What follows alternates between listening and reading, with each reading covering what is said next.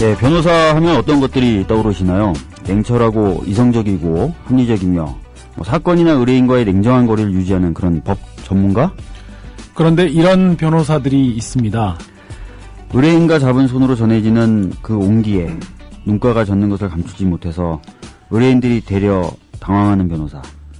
상처받은 이들의 때때로의 분노가 온몸으로 공감이 되어 떨리는 목소리로 변론을 하고 돌아서서는 그때 나는 왜 프로페셔널하지 못한가 후회하곤 하는 변호사. 판사에 전화 한 통 해달라는 의뢰인의 부탁을 들어주지 못해서 무능력하다고 면박받는 변호사. 그래요. 그렇게 무능력하면 좋겠습니다. 그렇게 냉정하지 못하면 좋겠습니다. 그렇게 미련하면 좋겠습니다. 이런 변호사들이 있습니다. 이런 변이 있나? 지금 시작합니다.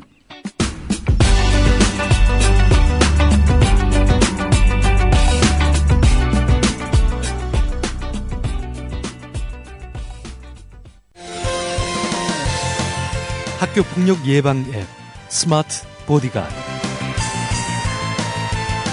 스마트폰 왕따 문자 등 사이버 학교 폭력이 6배 이상 늘었습니다. 학교 폭력은 언제나 욕설, 모욕, 협박과 같은 폭력 문자를 동반합니다. 그런 학교 폭력 문자만을 감지하여 부모님께 알려드립니다. 미리 알면 예방할 수 있습니다.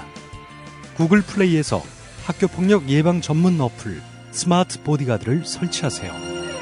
지금 설치하고 먼저 무료 이용해보세요. 자기야, 올 연말엔 어디로 놀러 갈까? 아, 난 계속 회사 나가야 돼. 연말 정산해야지, 결산해야지, 법인세까지. 미리 교육받을 방법은 없을까? 더존 이러닝 있잖아. 더존 이러닝? 더존에서 이러닝 돼? 그럼 난 벌써 연말 정산 과정 신청했지. 연말에 쏟아지는 재경 전문가들의 바쁜 업무들. 대한민국 기업 정보화를 선도하는 더존 IT그룹의 공식 교육 기관 더존 이러닝에서 해결하세요. 검색창에 더존 이러닝을 검색하세요. 상담 전화는 02-890-5999 02-890-5999. 예, 놀라셨죠?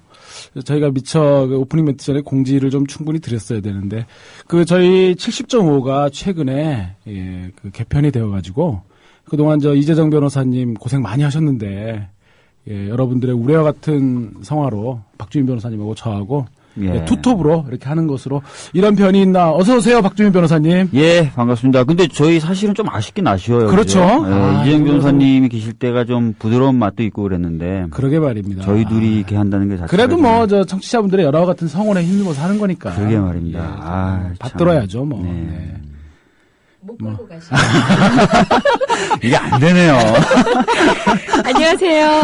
이재정입니다. 제가 지금 감기를 앓고 있습니다. 병을 앓고 있는 관계로 오프닝에 기회를 드렸더니 진짜 한 3분 천하를 마음껏 즐기고 계시네요. 근데 이런 3분 천하도 권력 의지 누릴 수 있는 사람이 누리는 거지 두 분 안 되시겠네요. 예, 저는 저하고 박주민 변호사님은 이렇게 늘 밟히는 그런 거. 네. 근데 두 분이 오프닝 멘트 이거 거의 연습도 안 하시고 바로 들어가셨는데, 되게 감동적이게 잘 읽어주셨어요. 두 분 다 꽤나 능력 있으세요. 그럼 진짜로 개편 때? 저는 솔직히 살짝 우려는 됩니다. 워낙 PD님들의 이 두 분 변호사님들에 대한 호응도가 너무 좋아서요. 이재정 식상하다 이런 분위기 좀 있는 것 같아요.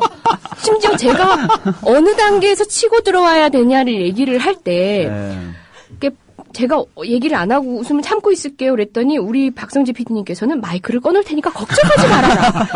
그 말이 걱정이 확 드는 거예요. 내 마이크는 지금도 되고 있을까? 지금 이거 지금도 안 나오는 거 아니에요? 잘 나가고 있는 거죠. 네. 낭낭한 목소리 여러분 아쉬우시겠지만 그 나름대로 섹시하고 매력적인 목소리입니다.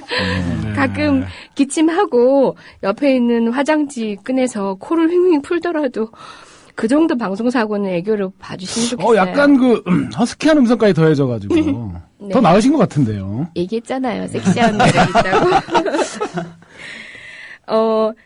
댓글 게시 게시판에 제가 정말 아웃당한지 알았다는 분이 있으신데 그 정도로 믿음이 없으신가요? 저희가 아웃당하면 저희가 아웃당하죠. 네, 그래요. 그럼요. 상식 저희는 객입니다. 상식이 있는 방송, 국민 방송에서는 절대 그런 일은 없을 겁니다. 현 이사거든요. 아이, 뭐, 저희 지난 방송 이후에 지금 방송까지 이 게시판은 또 이제 현재 진행 중인 방송에 호응하시는 게시판인데도 불구하고 그 사이에 가교가 되는 글이 몇 개가 올라왔어요. 박주민 변호사님이 지난주에 100분 토론, 그 모 방송국에 토론 프로그램에 다녀오셨나 봐요. 그랬더니 박주민 변호사님의 유일한 팬클럽 회원이자 팬클럽 회장이신 분께서 그 사이의 아쉬움을 못 참고 이렇게 올려주셨네요. 네, 감사합니다. 예, 네. 아마 그때 100분 토론 나가셔서 또 말씀하셨던 주제도 저희가 오늘 다룰 주제죠. 예, 맞습니다. 박창신 신부님의 시국미사. 예, 그 건도 조금 이따 다룰 겁니다. 그 전에 오늘 여러분하고 같이 미리 나눠야 될 소식이 또 있다고 들었습니다. 예, 사실은 신문에서는 이제 넬슨 만델라의 죽음에 대해서 상당히 이제 떠들썩합니다. 당연히 그래야 될 부분이 있는데요. 그 사이에 사실 저희도 또 기억을 해야 되는 죽음이 하나 더 있습니다. 오늘 밀양에서 그 송전탑 때문에 크게 낙심을 하셨던 할아버지 한 분께서 이제 음독을 하셨는데 정신을 좀 차리셨었어요. 그래서 저희들은 좀 마음을 놓고 있었었는데 결국 오늘 의식이 돌아오셨다가 네, 돌아가셨습니다. 근데 안타까운 것은 이분이 이제 의식이 좀 돌아오셨을 때 신부님하고 이제 자제분들 불러다가 자신이 왜 음독을 했는지에 대해서 아주 자세히 설명을 하셨습니다. 송전탑 때문에 자기가 음독을 했다. 그럼에도 불구하고 이제 지금 논란이 좀 되고 있는 것이 경찰이 마치 그런 사실이 아닌 양 이야기를 좀 하고 있다. 이래서 좀 논란이 좀 되고 있습니다. 예. 근데 분명히 이제 그 밀양에 계신 김준환 신부님 계신 자리에서 그리고 자제분들이 있는 자리에서 자신이 음독한 이유가 송전탑 때문이다라고 분명히 밝히셨었고 그런 만큼 정부도 그리고 지금 경찰들도 이 밑분의 어떤 돌아가신 부분에 대해서 좀 깊이 좀 받아들여야 된다고 저는 생각합니다. 예. 언론은 물론 이제 존경받는 위인이시긴 한데요. 만델라 서거라고 표현하나요? 돌아가신 분의 얘기로 언론이 도배되고 있지만 우리 바로 옆에 계셨던 어른이 돌아가신 이야기는 저희가 언론에서 볼 수 없었습니다.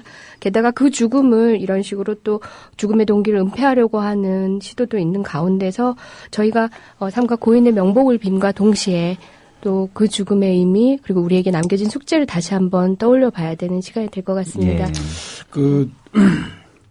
돌아가신 분의 명복을 빌면서 저는 이 시점에서 국가의 역할이 무언가 하는 부분을 꼭 짚어봤으면 좋겠습니다.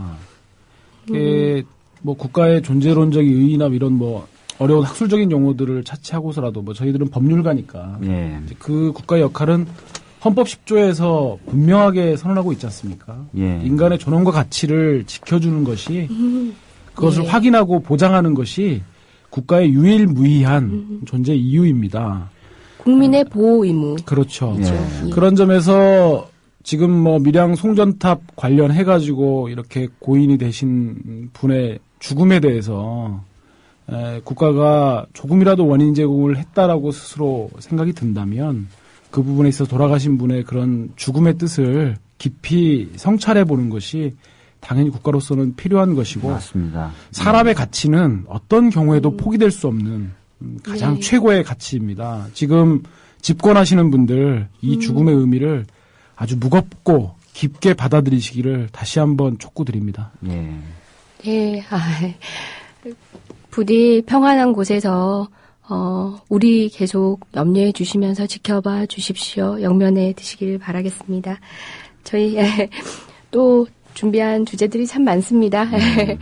분위기를 조금 바꿔서 저희 이제 또 분노할 때 분노하고 또 가슴 아파할 때 가슴 아파하는 이 감정에 솔직한 변호사님들의 진가를 이슈를 다루면서 보여드리겠습니다. 아니 근데 저는 아까 예, 또 무슨 얘기를 하시려고? 냉정하지 무능력하면 좋겠습니다. 이거는 좀. 우리 이제 손님 다 떨어졌어요. 아, 그러니까 저희 아니 무능력하다고 이게 방송에 나와 이게 우리 청취자분들께서 우리 국민 TV 미디어 협동조합의 이사이신 우리 권력자 이재정 변호사님이 일필휘지로 단 한 번도 쉬지 않고 그냥 한 번에 서서 내려가신 게 아까 그 멘트랍니다. 예. 오자 그대로. 예, 그래가지고 저희 들어오자마자 미션을 받고 저희는 줄줄이 그냥 읽은 것에 불과합니다. 저희가 뭐 방송협회 이런 것도요. 사실 이재정 변호사님이 시켜가지고 그렇게 하면 재밌겠다. 그래서 한 겁니다. 오해 없으시길 바라고. 예. 그냥 있었으면 중간은 갔어요. 아니 그렇게 얘기하면서부터 진짜 감각 없는 변호사들로 낙인 찍히는 순간입니다. 예. 시적 허용 이런 거 모르십니까? 오프님은 시 같은 거예요. 알겠습니다. 이 감성적 언어로 함의할 수 있는 것들이 얼마나 많은데 이렇게 또 문자 그대로 뭐, 사전적으로 해석을 해가지고 저희가 3분 차나 그냥 네. 제가 이런 분들을 데리고 방송을 이끌어가고 있습니다. 다 저의 능력입니다. 첫 번째 저희가 다뤄보고자 하는 게요. 여러분들이 다른 시사 프로그램에서도 많이 보셨을 것 같아요. 근데 또 그 가운데는 이런 또 법적인 문제가 있고 그런 부분을 지적하는 데 있어서는 뭐 다른 해안은 없으나 법률 조금 알고 있는 저희들인지라 예, 여러분들께 그 부분에 있어서 설명을 좀 뒷받침해드리면서 명쾌하게 해석을 해드릴 수 있을 것 같습니다. 먼저 뭐 의혹입니다만은 최동욱 총장 찍어내기에 청와대가 기획한 것이 아닌가 하는 의혹까지도 지금 증폭되고 있는 사안이 한 주간 있었습니다. 뭐 등장인물이 몇 등장하죠. 그 서초구청의 국장 그리고 또 청와대 행정관 네. 개입했다는 사실은 이미 드러났죠. 그리고 안전행정부의 뭐 김모 국장까지 해서 등장인물이 몇 있고요. 그 간에 뭐 청와대는 긴급하게 이제 꼬리 자르게 나서서 또 다시 흔히 쓰는 그 유행어 있죠. 개인 일탈이라는 네. 발표를 그저께 또 한 바 있습니다. 관련된 내용 우리가 참 사안마다 전문가를 정해서 그 대화를 이끌고 가는데 네. 우리 또 안 정했어요. 우리 예전에는 뭐 정했다 뭐 이런 식으로 해가지고 방송을 되게 어렵게 만들으셨는데 그런 얘기 또 들을까봐 안 정했습니다. 그게 패착이잖아요. 지금 막 혼란을 겪고 있어요. 혼란을 지금 겪고 있어요. 누가 해야 되는지 막. 여왕님께서 시켜주셔야 저희들은. 이 모범생들은 선생님이 줄 그어줘야 따라하십니다. 아까도 제가 오프닝 멘트 제가 그어준 부분에 쉬시더라고요. 좋습니다. 뭐 간략한 이야기 이제 우리 박주민 변호사님께서 먼저. 예, 사실은 이제 최동욱 전 검찰총장에게 혼외자가 있다는 논란이, 조선일보에 의해서 9월 12일이었나요? 9월 6일이었나요? 처음 보도가 됐었죠. 근데 이제 그 당시 그 보도에 사실은 일반인으로서는 얻을 수 없는 자료들을 인용을 한 그런 내용들이 다수 포함되어 있었습니다. 그 중에 하나가 이제 주소라든지 여러 가지 어떤 그런 개인 신상 정보들에 관련된 부분이었는데요. 그 기사가 나오고 나서 이제 일파만파로 계속 이제 혼외자에 대한 논란이 커지면서 결국은 최동욱 전 검찰총장은 이제 사퇴를 하게 됐었습니다. 네. 근데 그 당시에도 사실은 그런 보도가 나오기 전에 이미 3개월 전부터, 그러니까 9월 달에 보도가 됐었는데요. 그 당시를 기준으로 3개월 전부터 이미 청와대에서는 최동욱 전 총장을 쫓아내려는 시도가 시작됐었다라는 의혹들이 제기가 됐었어요. 박지원 의원도 그렇죠. 그걸 거론을 했었죠. 다만 거기에 걸맞는 증거라든지 이런 게 없었던 거죠. 네네. 근데 최근에 이제 검찰이 조사를 한 바에 따르면은 진짜 6월이죠. 그 보도되기 3개월 전 6월 11일 날 청와대에 있는 조모 행정관이 이름 얘기하면 네, 조호영 행정관이 예, 예. 서초구청에 있는 조희지 국장에게 그런 어떤 정보들을 달라라고 요청을 했던 그 사실이 밝혀진 겁니다. 그 상황에서 이제 조호영 행정관은 자신이 또 독자적으로 한 게 아니라 이제 김모 행정관 역시 청와대에 있는 김모 행정관의 부탁을 받고 한 것이다라고 얘기를 하고 있어요. 근데 좀 재밌는 게요. 이 조오영 행정관은요. 이재만이라는 총무비서관 산하에 있습니다. 이재만 총무비서관이 사실 그 박근혜 대통령의 측근 중에 측근으로 평가를 받고 있는 사람입니다. 3인방 중에 한 명. 그죠. 그리고 조오영 행정관이 자신의 어떤 윗선으로 지목했던 김모 행정관은요. 곽상도 민정수석의 또 휘하에 있었던 사람입니다. 그래서 사실은 그 당시에 이제 곽상도 민정수석 쪽에서 이런 정보들이 나오지 않았냐라는 의혹이 제기됐었었는데 이런 어떤 연계 흐름을 보이고 있다는 것이죠. 다만 지금 김모 그 행정관, 민정수석실에 있었던 김모 행정관은 자신은 그런 요청을 한 바가 없다라고 지금 얘기를 하고 있는 그런 상황입니다. 그래서 지금까지 나온 이야기들 종합해 봤을 때 지금 청와대에서는 조호영 행정관이 개인적인 일탈로 했다고 하지만 그 위에 있는 이재만 총무비서관이나 아니면 더 윗선까지 뭔가 개입된 게 아니냐라는 의혹들이 지금 계속 제기되고 있는 상황입니다. 예. 그러니까 지금 이제 등장인물은 많지만 어쨌든 주연급 배우는 3명. 그렇죠. 예. 그죠? 그 서초구청의 조 국장, 청와대 조 행정관, 그리고 지금 현재 안전행정부에 있는 그 김모 행정관이죠. 김국장. 국장이죠, 지금. 지금 국장이죠. 예. 이 사람이 3명이 이제 주연 배우급이고 그 배우의 뭐 조연이라고 말하기에는 적절치는 않은 것 같은데 이 청와대 조 행정관 윗선은 이재만 총무비서관이고 안행부의 김모 국장의 배우에는 곽상도라는 사람이 있었고요. 예. 여기서 우리가 한 명의 또 등장인물을 더 등장시켜 볼 필요가 있습니다. 이 곽상도라는 사람이 대구의 대건고등학교를 졸업한 사람인데 예. 이 대건고등학교의 동문이 조선일보의 강효상 편집국장. 아, 그렇군요. 이 연결고리를 우리 청취자분들께서 주목을 해주시면 그림이 얼핏 그려지실 겁니다. 그렇다고 뭐 결론을 낸 건 아닙니다. 그렇죠. 아닙니다. 네. 그 연관관계가 충분히 그런 의혹을 증폭시킬 만하다는 거죠. 그래서 예. 지금 이제 박주민 변호사도 말씀하셨지만 그 6월 달에 그런 조선일보가 보도를 하면서 계속적으로 이제 그 나왔던 얘기가 청와대 그리고 국정원 그렇죠. 그리고 조선일보의 삼각 커넥션이 계속 얘기가 됐지 않습니까? 맞습니다. 예. 예, 그리고 이 서초구의 이 조 국장이라는 사람은 또 원세훈의 맞습니다. 예, S라인 서울시의 그 같이 있었던 사람으로 원세훈이 국정원에 가면서 그렇죠. 같이 또 그 예. 비서관으로 들어갔던 사람이어서 이 지금 현재 등장인물들의 관계와 전직들을 다 종합해서 그림을 그려보면 청와대 그리고 국정원, 조선일보의 이 삼각 커넥션에 의한 이 최동욱 찍어내기라고 하는 그림들이 상식적인 견지에서 그려진다. 예. 이렇게 말씀을 좀 드릴 수 있겠습니다. 그러니까 사실 지금까지 의혹으로만 제기돼 왔었던 것들이 어느 정도 드러나고 있는 거죠. 네네. 특히 이제 뭐 청와대 행정관이 개입됐던 게 드러난 건데 문제는 지금 청와대가 이거를 그냥 개인적인 일탈이다라고 얘기를 하고 있어요. 그럼 개인적인 일탈이라는 게 뭘까요? 개인적으로 갑자기 이 사람이 연세도 꽤 되시는 것 같은데 일탈을 해가지고 뭐 왜 갑자기 이랬는지 저는 어제 서울시에 그 서울에 미세먼지 뭐 주의보 발령됐잖아요. 페이스북 들어가 보니까 중국발 미세먼지의 일탈 미세먼지가 개인적 일탈을 해가지고 서울 시민의 삶을 괴롭히고 있다고.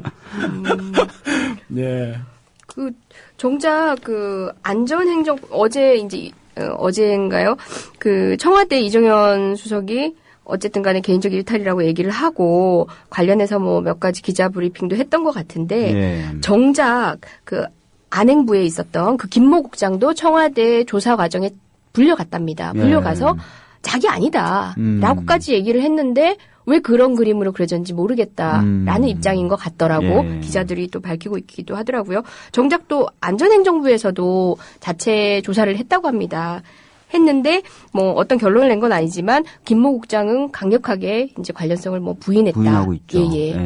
그럼에도 불구하고 김모 국장과 청와대의 조 행정관 사이의 일이라고 청와대는 섣불리 결론을 낸 거죠. 그러니까 빨리 미봉을 하려고 꼬리를 자르고 있다는 인상을 지을 수가 없는 거죠. 근데 그 꼬리를 자르는 방식도 너무 좀 개인적인 일탈이라는 표현을 쓰는 순간 막 이게 막 너무 코미디화 돼버리고 좀 세련되게 할 수도 제대로 된 변명이 아닌 것 같아요. 개인적인 일탈입니다. 이거 마치 뭐 청소년도 아니고 저는 이해가 안 가요. 청소년.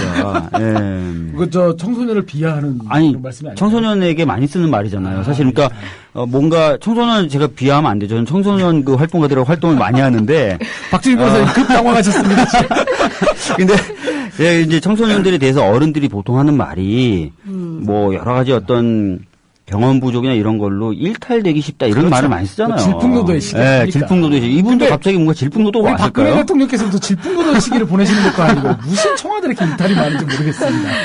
아니, 근데 뭐, 지금 현재로서는 뭐, 청와대 기획설, 뭐, 이런 얘기가 어쨌든 비중이 실려가지고, 힘이 실려가지고 비중을 많이 차지하고 있는 것 같긴 한데, 근데 실제 그 보도가 나올 때는 출입국 기록이라든지 또 여타의 정보들도 네, 그 서초구청에서 알아보기 힘들 수 있는 정보들에 대한 것들도 많았거든요. 출입국 기록은 구청에서도 알아볼 수 알아볼 있습니다. 수 있는 예, 구청 겁니까? 단말기를 이용하면 알아볼 수 있다 그래요. 예. 그리고 학적부 같은 경우도 그 학교가 자체 감사를 한 결과 그 반에 있는 맞습니다. 학생의 예. 혈액형을 17번 조회를 예. 했대요. 근데 구체적으로 누구를 조회했는지까지는 남지 않는데요. 근데 17번을 조회했다 그러더라고요. 그러니까 그쪽으로도 많은 어떤 예. 그 조사나 이런 것들이 있었을 것 같다는 의혹을 가질 수 그러니까 있죠. 좀 총체적으로 어떤 것들이 작동을 했을 것 같다라는 의혹이 있는 거죠. 그렇죠. 방금 말씀하신 거는 서울시 교육청이 그 감사 과정에서 밝혀낸 거죠. 예. 서울시 교육청. 감사 과정에서 밝혀냈는데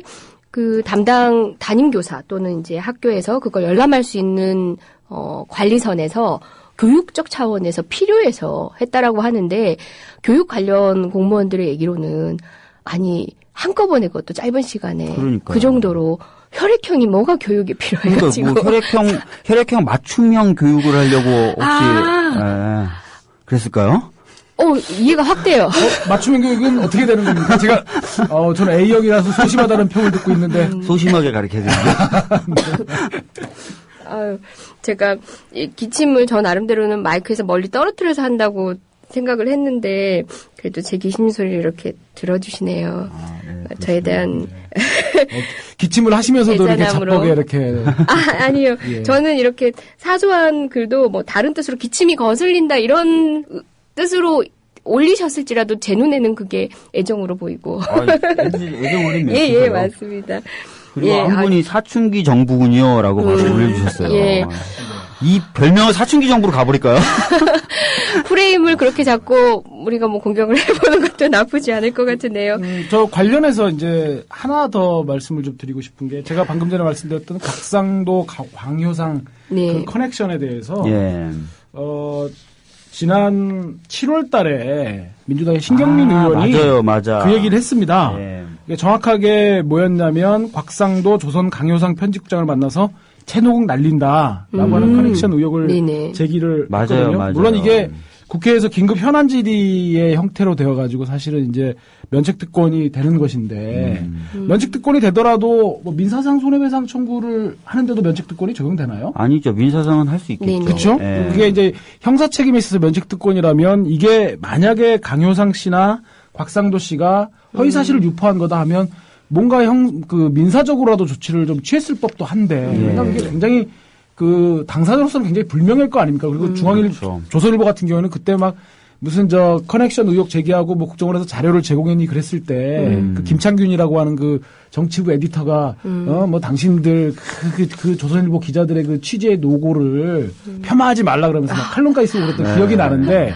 그런 정도 불명예스러운 거라면 민사상 손해배상 청구도 있을 법도 했었거든요. 그러게요. 그런데 이 부분에 대해서 아무런 문제 제기를 하지 않았다는 게 오히려 그런 두 사람 간의 커넥션을 조금 더 의혹을 더 짙게 만들지 않는가 이런 생각도 좀 듭니다. 그 청와대에서는 이정현 수석이 이 사건 결과에 대해서 뭐 조 행정관이 평소 친하게 지내는 중앙부처의 공무원 김모 씨, 그러니까 김 국장을 얘기하는 거겠죠. 김모 씨한테 요청을 받고 최근 주소지 서초구 쪽이어서 알고 지내는 서초구청 공무원 조이지 국장한테 부탁을 해서 이제 알아냈다라고 이제 좀 근거 없이 어쨌든 이제 쉽게 이렇게 마무리를 했는데 이 얘기를 가지고 이런 시각도 있더라고요. 지금 어쨌든 간에 검찰총장이 이제 새로 취임했고 이 사건을 계속 수사하고 있는 중 아니겠습니까?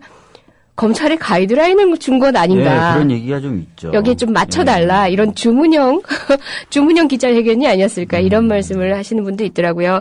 지금 김진태 검찰총장 취임하고 향후 뭐 국정원 관련된 건뿐만 아니라 여러 가지 사건들을 어떻게 수사를 하고 공소를 유지해낼 것인가도 초미의 관심사인데요.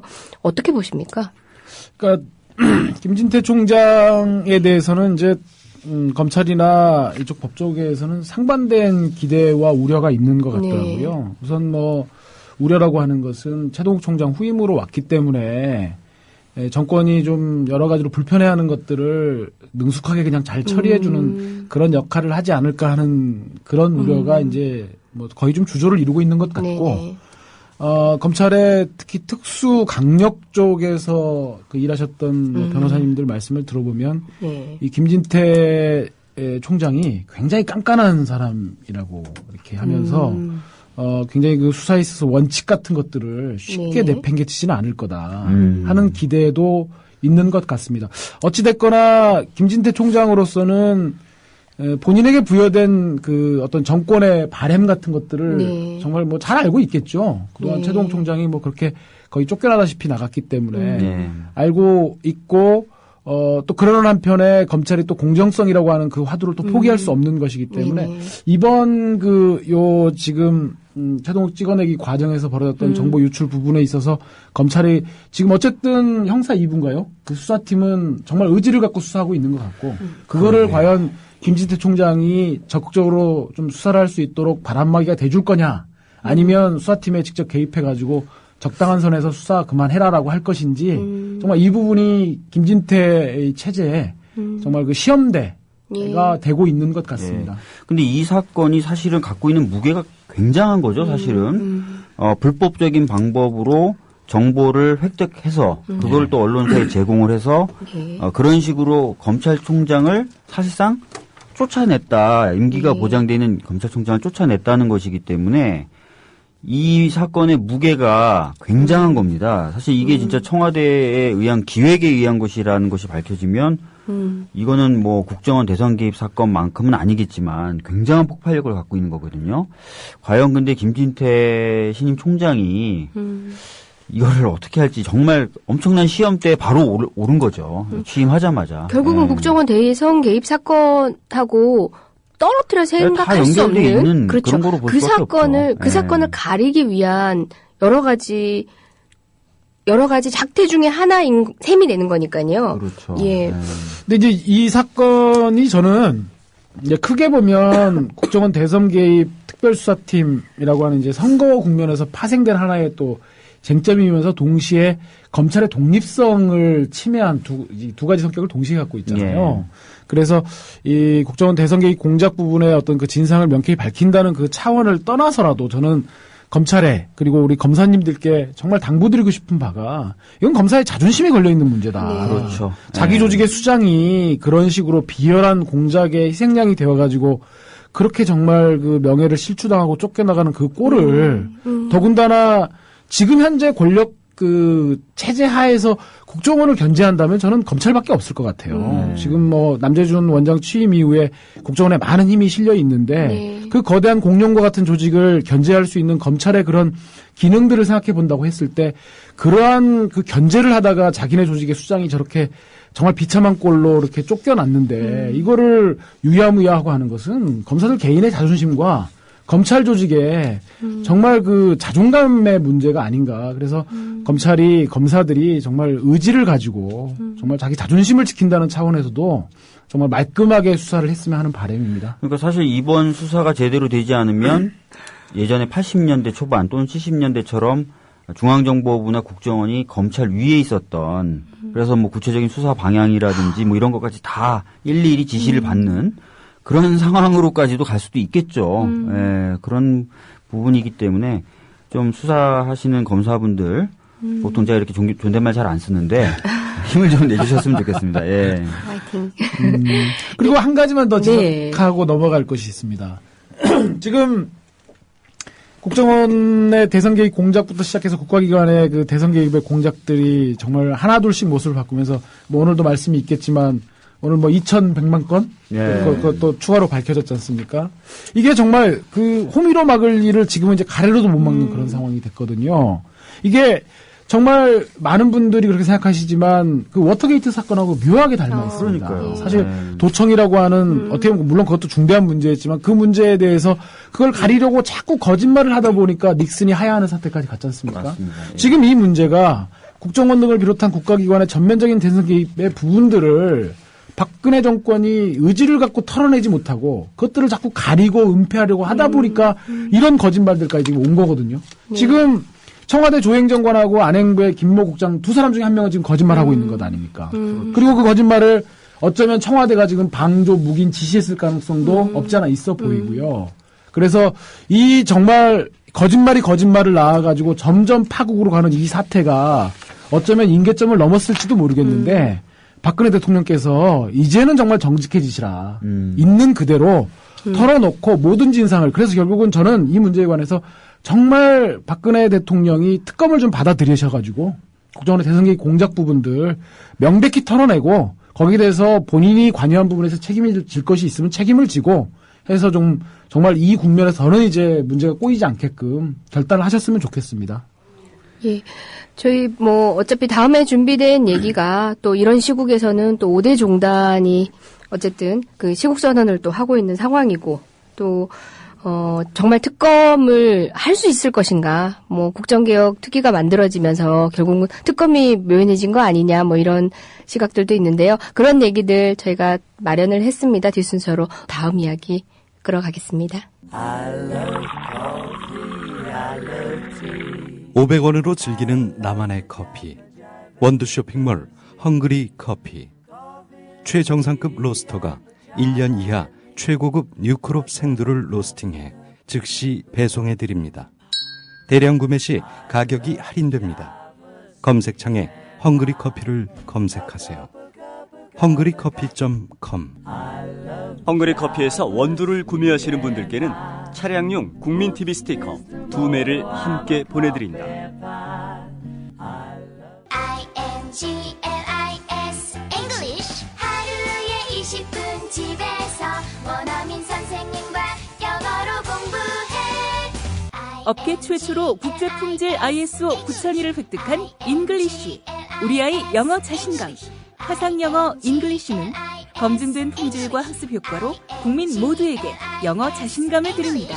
문의전화 1688-0546, 1688-영어4U. 검색창에 ISO 화상영어를 검색해보세요. 대한민국 화상영어. 네, 여러분 지금 이재정의 70.5 이런 변이 있나 함께하고 계십니다. 네, 다음 이야기 두 번째 능선은요. 저희 박찬신 신부님 시국미사 발언 때문에 검찰이 수사에 착수했다라는 소식도 들으셨을 테고요. 연이어서 종단에서 이어지는 시국에 대한 우려의 목소리들이 모아지고 있죠. 그런 이야기 나눠보도록 하겠습니다. 자, 받아주셔야죠. 네. 사실은 이제 박찬신 신부님이 이제 시국미사를 하셨고, 한 A4로 한 9장 정도 분량의 말씀을 하셨더라고요. 그리고 시간으로는 한 30분 정도 강론을 하셨는데, 천주교 미사 저도 딱 한 번 가봤어요. 한 번 가봤는데 강론이라는 걸 중간에 하시는데, 네. 꼭 종교적인 얘기만이 아니라 사회적인 어떤 이슈가 되는 거, 이런 것들까지도 네. 다 같이 이렇게 해서 말씀을 쭉 해주십니다. 교훈이 될 만한 이야기들을 해주시는데, 네. 이제 강론 순서에 이제 박찬신 원로 사제께서 신부님께서 나오셔서 이제 얘기를 하신 건데 주된 내용은 이제 국가기관의 대선 개입이 문제가 많다라는 내용이었고요. 근데 최근에 이제 정부에 대해서 비판을 하려거나 하면은 종북으로 자꾸 몬다. 근데 이런 종북으로 자꾸 모는 게 사실은 남북 대결에서 왔다. 그러니까 남북 대결과 남북 긴장 관계에서 이제 이런 것들이 오고 있다. 보수 정부들이 자꾸 남북 대결 쪽으로 치닫고 있는 것 같다. 이런 얘기를 쭉 하시면서 이제 마지막 부분에 한 반 페이지도 안 될 정도 분량에서 이제 연평도 포격 문제하고 천안함 사건을 언급을 하시죠. 근데 이제 이런 어떤 전체적인 어떤 발언의 취지, 그다음에 주된 내용이 어떻게 흘러가는지 그런 맥락 이런 것들을 생각하지 않고 아주 그 전체에서 일부분인 연평도 포격 에 대한 발언 부분하고 천안함 사건에 대한 발언 부분만을 문제 삼아가지고 지금 새누리당이라든지 특히 이제 박근혜 대통령까지 직접 나서서 국무총리도 나섰죠. 네네.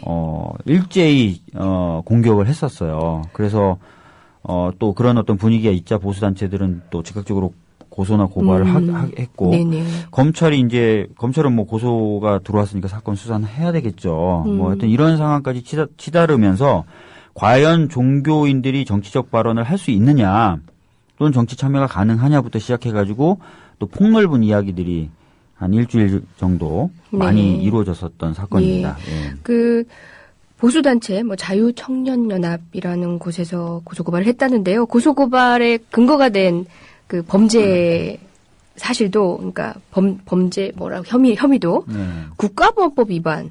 그러니까 전체 취지를 보고 안 보고를 떠나서 그 문제된 발언만 보더라도 이게 국가보안법 위반이 됩니까? 내란 선동 이런 혐의를 했다는데요. 우리 국가보안법 전문 변호사님이신 이광채 변호사님.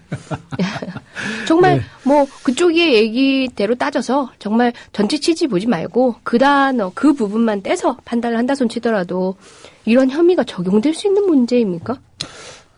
결론적으로는 지금 현재 국가보안법의 위헌성은 전혀 논외로 하더라도 국가보안법을 적용하기가 어렵습니다. 국가보안법을 적용한다면 이제 생각해 볼 수 있는 조문 자체가 7조 1항의 이제 이적 동조라는 것인데요. 이 이적 동조에 대해서 우리 법원이 취하고 있는 확고한 입장은 뭐냐면 북한의 주장에 적극적으로 부안해동하는 그런 정도를 요구합니다. 그래서 지난 2007년 대법원 판결을 보면 북한의 이제 통일부 방북 승인을 받아가지고 북한에 가가지고 3대 헌장탑 같은 데 가서 북한이 이제 거기 관리들, 북한의 이제 여러 관영 인사들이겠죠. 북한에는 이제 민과 관의 구별이 조금 명확하지는 않으니까 그 사람들이 이제 조국 통일 이룩하자 할 때 이제 피고인이 박수를 쳤습니다. 박수를 치면서 막 이렇게 찬동하고 이런 부분에 대해서 그것이 이적 동조냐가 문제가 되는 사안에서 대법원은 적극적으로 북한의 입장에 대해서 찬동한 것은 아니기 때문에 동조 행위는 아니다라고 봤던 거고요. 그리고 또 하나 개성시에 이제 개성 공단에 이렇게 사업을 하기 위해서 이제 진출하신 분들이 이제 북한에서 요구하는 데 이렇게 쭉 돌아다니면서 이렇게 북한의 주요한 이렇게 김일성 이런 데 갖고 참배하고 이제 이런 사건들이 있었거든요. 그래서 이게 또 이적 동조로 기소가 됐었는데 그것도 어떤 사업하는 과정에서 불합격하게 한 것이고 적극적으로 북한에 찬동한 것은 아니기 때문에 이적 동조가 아니라는 그런 판례들도 있고 그래서 지금 현재 우리 법원이 취하고 있는 여러 가지 그런 입장들에 비추어 본다면 지금 박창신 신부님의 그 강론 과정에서 나왔던 연평도 포격의 발언은 이적 동조 행위로 보기에도 부족하고 특히나 7조 1항의 이적 동조가 되려면 객관적으로 이적 동조 행위가 있어야 될 뿐만 아니라 거기에 따른 이적의 인식이 있어야 돼요. 그렇죠. 이러한 발언이 북한에 동조한다는 인식이 있어야 되는데 박창신 신부님의 지난 삶의 그 이력을 보거나 그분이 이제 사병으로 군대를 다녀오시고 80년 이제 광주항쟁 직후에 부산의 전주인가요? 전북의 여산성당에서 교환들로부터 습격을 당해가지고 다리를 다치신 이런 것들 그리고 지금 성직자로서 원로 성직자로서 그런 위치를 보거나 그분이 북한의 어떤 그런 대남 적화 전략이라는 게 있는지도 모르겠지만 있다고 하더라도 거기에 동조한다는 인식을 가지고 그런 말씀을 하셨다고 보기에는 정말 어렵습니다. 그리고 그래서 마지막으로 이제 그게 국가보안법 사건이 될 수가 없다라고 보여지는 유력한 징표가 또 하나가 있습니다. 조선일보가 제가 조선일보 얘기를 좀 자주 해가지고 들으시는 분들이 좀 불편하실 수도 있겠는데 우리 소위 말하는 보수라고 하는 쪽에 그런 생각들이 핵심이 담겨 있는 게 이제 그 매체라서 좀 인용하는 것이니까 이해해 주시고요. 처음에 박창신 신부님 말씀 나왔을 때 조선일보가 사설로 광분을 했습니다. 이건 신부가 김진태라는 작가가 그랬죠. 무슨 사제복을 입은 혁명전사다. 거의 그 톤으로 저기를 했는데 그 다음 날인가요? 그 정우상의 논설위원이라고 하는 작자가 칼럼을 실어가지고 이거는 신중해야 된다. 괜히 사제에 대해서 무슨 형사로 또 의유를 하면 그 사람들 오히려 더 기만 살려줄 뿐이기 때문에 기만 살려준다. 그런 거기 때문에 신중해야 된다. 이런 것들이 그들 스스로도 국가보안법으로 입건해서 수사했을 때 무죄가 나온다는 걸 염두에 뒀다고 저는 보거든요. 그런 점에서도 국가보안법으로 의율하는 것은 지금 현재 우리 법원의 태도나 이런 걸로 봤을 때는 도저히 이게 법적으로 처벌이 되느냐 마느냐의 문제는 길게 논할 여지도 없는 거죠. 논할 필요도 없는 건데 더 지금 뜨거워지고 있는 것들은 지금 연이어지고 있는 종교계의 시국선언들 이런 사태 과정에서 종교의 정치적 중립성이라는 얘기로 종교계의 정치적 참여에 대해서 지금 논란이 뜨거워지고 있죠. 정교분리 원리 이런 것까지 들먹이면서 얘기들을 하고 있는데 바로 홍모 씨, 우리 박주민 변호사님의 유일한 팬클럽 회원이자 팬클럽 회장이신 그분이 저희 방송에 간극을 메꿔주면서 박주민 변호사님의 어여쁜 사진을 올려주셨잖아요. 그 토론회에서 아마 이 주제로 말씀을 나누셨던 것 같아요. 그렇죠. 박주민 변호사님께서 먼저 사실은 문을 한번 열어주세요. 이 사건을 둘러싸고 좀 쟁점이 됐던 게 이제 국가보안법이라든지 뭐 이런 것도 있지만 종교인의 어떤 정치 관련된 발언의 문제, 네. 또 그 발언 중에 대통령 사퇴라고 발언하는 게 적절했는지 뭐 이런 것들이 좀 쟁점이 됐었는데요. 기본적으로 뭐 국민이라면 누구나 다 정치에 대해서 발언을 할 수 있죠. 발언할 수 있고 그 발언 중에는 대통령에 대해서 사퇴하라고 할 수 있습니다. 예. 그리고 특히 카톨릭의 경우에는요. 제가 다른 종교까지는 다 모르겠지만 네네. 카톨릭의 경우에는 이 사제나 신도들의 네. 정치적 참여 여기에 대해서 상당히 적극적입니다. 뭐 1965년에 나왔던 3억 헌장에도요. 네네. 정치 질서에 관련된 문제에 대해서 교회가 도덕적 판단을 내려야 할 책임이 있다라고 돼 있고요.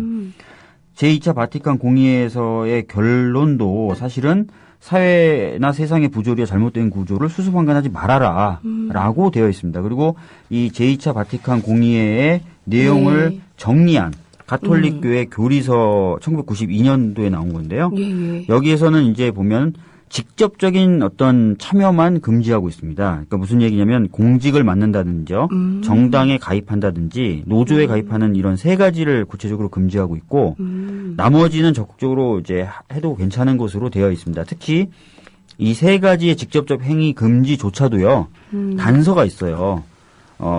공동선을 증진하기 위해서 필요하다면 해도 된다? 예. 관할 그 권자의 판단에 따라서 할 수 있다라고 또 단서까지 또 마련이 돼 있어요. 예. 그렇기 때문에 국민이면 누구나 다 할 수 있고 근데 신부니까 좀 안 되지 않냐라는 말도 이 카톨릭의 교리를 보면은 전혀 말이 안 된다는 거죠. 저는 요새 계속 제가 카톨릭 신자, 라이롱 신자인데요. 냉담하고 있다고 종교적으로 표현을 합니다. 냉담이라고 그러죠. 예. 그런데 최근에는 왠지 모르게 성당을 다시 나가야 될 것 같아요. 대한민국 미사에서도 그런 느낌을 부쩍 받고 있긴 하는데요. 그런 카톨릭 교회의 뭐 원리 원칙을 따지지 않더라도 뭐 스님들도 마찬가지시고요. 그렇죠. 또 다른 종교의 수도자들도 마찬가지고 어떻게 보면은 교리를 제대로 실천하고 사는 삶의 모습이 지금 현재 약자들이 있는 맞습니다. 그 현장에 발을 딛고 있는 모습이 아닌가요? 그런 논의들도 계속 강변을 하고 계신 거죠. 되게 유명한 얘기가 있어요. 브라질 로마 카톨릭 교회 대주교 돔헬더 까마라라는 분이 계신데요. 이분이 처음에는 이제 가난한 사람들이 너무 비참한 삶을 사니까 대기업들이나 이런 사람들을 찾아다니면서 대기업가나 이런 사람들을 찾아다니면서 돈을 모아서 그걸 기부를 했다는 거예요. 그럴 때는 이제 브라질 사회에서 이분을 성자로 추앙을 했대요. 근데 이분이 계속 기부 활동을 조직하고 하다 보니까 이것만으로 문제가 풀리는 게 아니에요. 그래서 이 사회 구조적 문제점, 왜 사람들이 계속 이렇게 가난해지고 힘들게 사느냐에 대해서 발언을 하기 시작하셨는데, 그러자 그때까지 열심히 기부에 찬성을 했었던 대기업이나 이런 사람들이 돌변을 해서 빨갱이다라고 공격을 했다는 거예요. 그래서 이분이 남긴 말이, 혁명전사다. 그러니까 이분이 남긴 말이, 내가 가난한 이들에게 먹을 것을 나눠주게 하자 사람들은 나를 성인이라 불렀다. 그런데 내가 가난한 이들에게 왜 먹을 것이 없는지 따져 물으니 사람들은 나를 사회주의자라고 부른다라고 얘기를 하셨어요. 그래서 종교라는 게 아시다시피 현실에서 고통받는 사람들을 조금 더 행복하고 즐겁고 또 이 세상도 좀 더 행복한 사회로 바꾸는 게 즉 공동선을 증진하는 게 목표잖아요. 근데 그런 것을 하기 위해서는 지금 당면한 사회가 갖고 있는 문제점을 고쳐보자 같이 힘을 내서라고 얘기를 할 수밖에 없는 것인데 그렇게 얘기하는 순간 빨갱이가 돼버린다는 것이죠. 지금 박주민 변호사님이 인용하셨던 말씀 중에 가난한 사람들에게 돈을 주니까 칭찬을 했지만 그 부분을 얼마 전에 손석희 사장이 JTBC 뉴스 클로징 멘트로 해가지고 굉장히 유명해진 문구. 그렇군요. 그래서 그 손석희 사장도 이제 좀 이따 뭐 저희도 얘기하겠지만 방통위 제재 이제 얘기 나오고 나서 그 다음 날인가 클로징 멘트로 신부님이 가난한 사람들에게 또 빵을 나눠줄 때는 칭찬을 하지만 사회 문제가 얘기되니까 다 등을 돌리다가 그 얘기 클로징 멘트로 했던 게 기억이 나고 저는 저도 천주교에 대해서는 굉장히 좀 호감을 많이 갖고 있는데 그 와중에 아마 이제 우리 청취자분들도 들으셨겠지만 교황 프란치스코 폐하께서 장문의 공고문을 발표를 그때 하셨었죠. 그래서 자본주의에 뭐 주가가 몇 프로 떨어지면 큰 뉴스가 되지만 노숙인이 숨지면 뉴스가 되지 않는 이 세상이 과연 바람직한 거냐. 그래서 교회가 손을 묻히기를 주저해서는 안 된다. 더 나은 세상을 만들기 위한 현실차면은 천주교의 어떤 그 바른 도리다 이제 이런 취지로 하셔가지고 또 그 많은 분들이 또 감동하고 그렇죠. 그랬었는데 저도 그리고 나서 또 얼마 있다가 그때 이제 박장식 신부님은 이제 아마 전주교구 차원에서 그때 맞습니다. 그 말씀하셨다가 이제 그랬죠. 그래갖고 정의구현 사재단 전국 신부들이 성명을 한번 발표했었잖아요. 그렇죠. 제가 그래서 그 일부가 명백히 존재하는 불의에 침묵하고 그것을 용인하는 것은 있을 수 없는 일이다 그래가지고 또 그거 참 읽는데 제가 또 참 먹먹해지더라고요.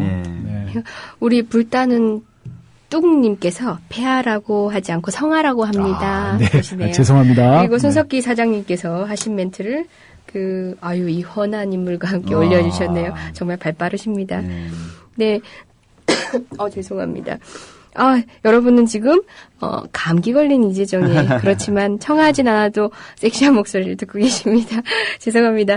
와중에 자꾸 코를 훌쩍대고 또 기침을 하고 있지만 여기 옆에 있는 방송 초보님들이 원고를 넘기시느라고 종이 소리를 내시거나 볼펜을 딸깍거리는 소리에 비하면 아무것도 아니라고 생각하고 당당하게 하겠습니다.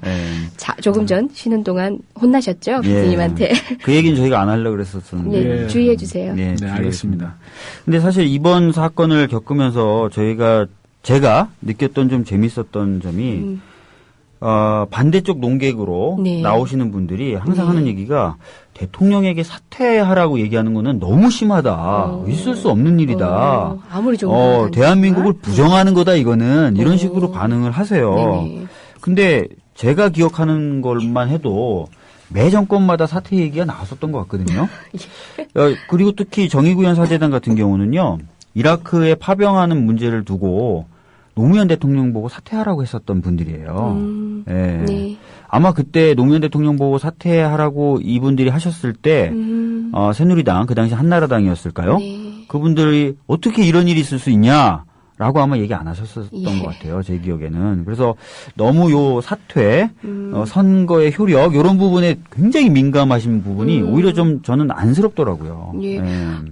비단 종교인들의 정치 참여뿐만 아니라 모든 사람들이 정치에 대해서 얘기를 하면 중립성이라는 얘기로 그게 진짜 완전 무결한 어떤 가치인 양 말로는 좋잖아요. 말로는 들기 좋잖아요. 그 말을 무기로 해서 정치 참여를 가로막는 기본권을 제한하는 방식으로 많이 작동하는데요. 그러니까 그게 우리가 이제 그런 거를 생각해 볼 필요가 있습니다. 민주주의에 있어서 리더십의 권위가 과연 어디서 나오는 것인가. 그것은 국민의 자발적 동의와 지지에서 나오는 것이거든요.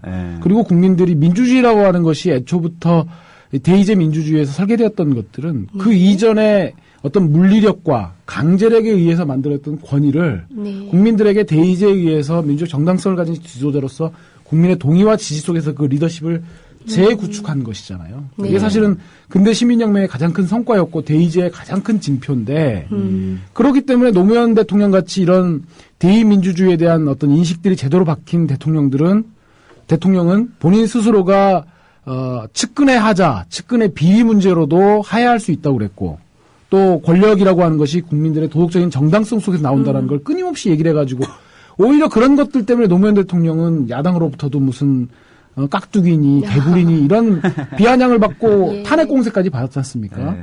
박근혜 대통령에 대해서 국민들이 하야하라고 얘기할 수 있는 겁니다. 그게 민주주의입니다. 당연하죠. 그걸 가지고 그 하야를 얘기했다고 해서 종북으로 몰고 이런 것들이 지금 현재 집권 세력의 민주주의에 대한 그런 인식의 수준이 얼마나 천박하고 얕은 것인지를 보여준다고 저는 생각을 하고 그런 점에서 국민들이 하야라고 했을 때 대다수 국민들이 동의와 지지 속에 박근혜 대통령이 현직 대통령으로 일하길 원한다라고 하는 그걸로 해서 그 기반을 가지고 정권이 유지되는 것이지 신부님이 한 말씀 하셨다고 대통령부터 총리 무슨 법무장관 뭐 국회의원들까지 우르르 벌떼처럼 몰려들어가지고 무슨 종북이니 빨갱이니 이런 거 하는 게 우리 사회 민주주의가 그만큼 위협받고 있다는 증거거든요. 그러니까요. 네. 지금 바로 댓글로 왕사가지님께서 올려주셨어요. 바로 노통 때 노무현 대통령 시절에 조금 전에 박주민 변호사님께서 말씀하신 바로 그 장면인 것 같습니다. 네. 신부님들이 파병철회 촉구 미사를 드리고 계시고요. 그걸 보도한 신문에서는 신부들 노무현 퇴진운동 불사라는 제목으로 그럼요. 예 기사를 내보냈습니다. 바로 신부님들은 특정 정파나 특정 정당의 이익을 위해서 나서시는 게 아니라 그럼요. 절대적 가치인 평화 그리고 민주주의라는 어떻게 보면은 예수님이 살아계셨더라면은 실천했을 어떤 가치를 지키기 위해서 종교인으로서 응당해야 할 도리를 하고 있는 거죠. 그렇죠. 예. 예. 사실은 이때 관련된 기사를 좀 읽어보면요. 그러니까 이라크 파병 때 네. 이분들이 시국 미사에서 관련돼서 어떤 일을 하셨냐면 피켓도 이제 본인들이 직접 쓰셨는데 노무현은 이완용 뭐 이런 식의 피켓을 쓰시고 들고 막 그러셨다 그래요. 그걸 가지고 뭐 노무현 대통령이 와 이게 뭐 국가의 정통성을 부정하네 마네 이런 얘기 안 하잖아요. 네. 당연히 할 수도 없는 거고. 근데 답답한 거죠. 그런 부분이. 예. 저는 이번에 그 정의구현 사재단의 성명서 바로 올려주시네. 굉장하시네요. 저기 예. 혹시 지금 왕사가지님 박주민 변호사님하고 사전 미팅 하시고 그거 아닌데요. 지금 박주민 변호사님의 발언에만 초점을 맞추셔서 입체감 있는 자료를 올려주시는 건 아닌지 아닌데요. 의혹이 예. 제기되고 있습니다. 예, 그 정의구현 사재단의 그 성명을 읽으면서 참 정말 좀 가슴이 좀 뜨거워진다 그럴까요? 네. 그 한 구절인데요. 네네. 자, 한번 읽어보겠습니다. 선거 부정의 책임을 묻는 일이 설령 고난을 초래하더라도 우리는 이 십자가를 외면하지 않을 것이다. 시대의 불의를 목격하고도 침묵한다면 이는 사제의 직무유기요 자기 부정이다. 이런 말씀을 하셨고 불의에 대한 저항은 우리 믿음의 맥박과 같은 것이다. 이렇게 말씀하셨거든요. 저는 이분들이 무엇보다도 그 시대를 향도하시는 분들이잖아요. 성직자로서 어떤 사리사욕도 없이 특히 개신교의 일부 몰지각한 목사들의 행태와 비교해 보면 참 이분들의 그 청교도적인 그런 모습들을 보면 그 말씀에 참 도덕적인 더 권위가 더 커진다라고 생각이 드는데 이분들이 명백히 현존하는 불의에 대해서 어떠한 탄압과 고난도 굴하지 않고 시대를 향도해서 이러한 말씀을 하신다는 것 자체가 우리 사회에 아직도 희망이 있다 이런 생각이 들고요. 이런 분들을 종북으로 이렇게 매도하는 정권이 저는 참 답답하고 그래서 저는 그런 말씀을 한번 드리고 싶습니다. 우리 두 분 변호사님께도 그렇고 이 방송을 들으시는 청취자분들께 우리가 종북 프레임에 속수무책 당하고 있지 않습니까? 사실은 정권에 반대하면 종북이다, 모함하면 종북이다, 모함은 종북이다. 이제는 손석희 사장도 종북이다. 이제 이런 얘기가 나올 판인데. 우리가 이 프레임을 조금 더 공격적이고 공세적으로 전환해 볼 필요가 있겠다 이런 생각이 들어요. 저는 지금 현재 대한민국에서 벌어지고 있는 이 갈등과 소모적인 대립이 과연 종북이 과연 기준인가? 저는 그렇지 않은 것 같아요. 그렇죠. 상식과 물상식의 싸움인 것 같거든요. 맞습니다. 그런데 프레임 전환. 이 상식 정말 상식을 갖추려고 노력하는 사람들이 정권을 위협한다고 그래서 종북으로 매도되고 몰리고 그래서 사실은 그 이전까지 이명박 정부 때까지의 종북 프레임이라고 하는 거는 어떻게 보면 이명박 정부가 이념형 그런 정권은 아니었기 때문에 이렇게 뭐 시민사회에 다 종북 색깔하고 그러지는 않았었거든요. 그렇기 때문에 그때는 사실 이제 북한을 조금 추종하시는 그런 사람들 중심으로 종북 프레임이 가동됐는데 이 정권 들어서는 지네들의 이익을 침해하는 사람이 다 종북으로 몰아가서 왜냐면 재미를 봤거든요. 그렇죠. 종북 프레임이라는. 뭐 이번에 문재인 후보도 이번에 이제 1년 성찰하면서 그 내놓은 책에도 종북 프레임에 물론 본인이 부족해서 선거에 졌지만 종북 프레임이 그렇게 가동된 속수무책으로 당했다 이제 이런 그 표현도 책에다 썼던데 그래서 저는 저희가 이 정말 문명 국가의 상식을 기준으로 해서 상식과 물상식의 구도로 저희가 공세적이고 적극적으로 이 프레임을 전환시킬 필요가 있겠다 이런 생각이 좀 듭니다. 사실은 제가 정말 올해 책을 하나 쓰고 싶었어요. 책 제목까지 다 생각해냈었어요. 상식이 되어야 할 비상식. 이란 제목의 책을 쓰고 싶었는데 못 썼어요. 왜 이 얘기를 여기서 하냐? 내년에라도 쓸 테니까 나중에 여기 책 표지가 또 올라오는 거 아닙니까? 책 표지 딱 올라오는 또 저희가 이렇게. 가끔 그러니까 민주주의가 가능한가라는 책이 있잖아요. 근데 그 책의 핵심적인 문제의식이 정말 이게 공격을 너무 일삼고 하다 보니까 민주주의적 토론이 안 된다는 거예요. 그래서 하나씩 합의를 봐 나가면서 얘기를 진행해 나가자라는 것을 다룬 책인데 거기서는 이제 기본적으로 인권을 기준으로 하나씩 근데 우리나라에서는 제가 보기에는 방금 이광철 변호사님 말씀대로 무엇이 상식인지 뭐가 상식이 돼야 되는지에 대해서 하나씩 합의를 이뤄나가면서 좀 사회가 앞으로 나갈 필요가 있다고 생각이 좀 들어서요. 그런 점에서 뭐 이제 호불호가 많이 갈리는 분위기는 하지만 우리 저 유시민 뭐라고 불러야 될지 모르겠네요. 이제는 뭐 자연인이 되어가지고 유시민 선생이 뭐 이제 어쨌든 유시민 씨가 그 후불제 민주주의라는 책을 썼습니다. 예. 그 책의 골자는 그거거든요. 이게 서구의 문명 국가들처럼 자기네들이 피 흘려 정치한 헌법이 아니고 서구에서 이식되어 와가지고 헌정사의 경험도 짧고 그러기 때문에 일종의 우리는 대가를 치르지 않은 헌법이다. 그러니까 빌려서 쓰고 있는 거다.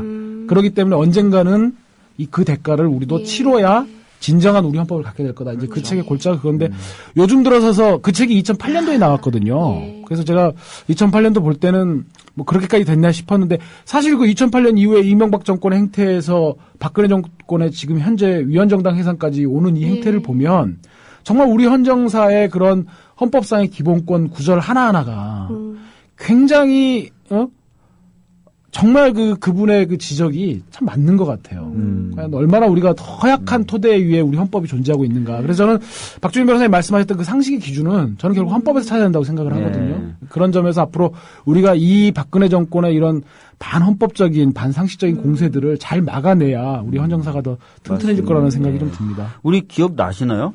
대학교 제가 한 3, 4학년 때까지만 해도 별로 공부는 안 했지만 헌법은 그래도 좀 뜨적이니까 앞부분 보면은 우리나라 헌법을 세계 다른 헌법학자들이 장식적 헌법으로 분류를 했었던 기억이 나요. 그러니까 실질적인 효력을 갖지 못한 하나의 명목상 헌법이다. 우리나라 헌법은 헌법학자들이 그렇게 분류를 해놨던 것 같은데. 저는 왜 기억이 안 나죠? 저는 그래서 그 당시 그게 삼공화국 헌법을 그렇게 봤던 거 아니요. 꽤 오랜 시기까지도 우리나라 헌법. 그러니까 사실은 헌법의 위치에 우리나라는 국가보안법이 있었던 거죠. 맞습니다. 예, 국가보안법이 있었던 거고 헌법은 사실은 거의 장식적인 수밖에 없었는데 그게 이제 87년 지나고 뭐 이렇게 하면서 점점 민주화되면서 헌법이 힘을 발휘하는 거죠. 이제 새롭게 힘을 발휘하고 있는데. 그러니까 이광철 변호사님 표현대로라면 약간씩 저희가 지부를 했던 거죠 그때. 그렇죠. 예, 지부를 해서 이게 조금씩 이제 실질적인 효력을 갖고 있었다고 생각을 했고 어느 정도 왔죠. 근데 아직도 멀었다는 생각이 많이 든다는 거죠. 장식적 헌법이라는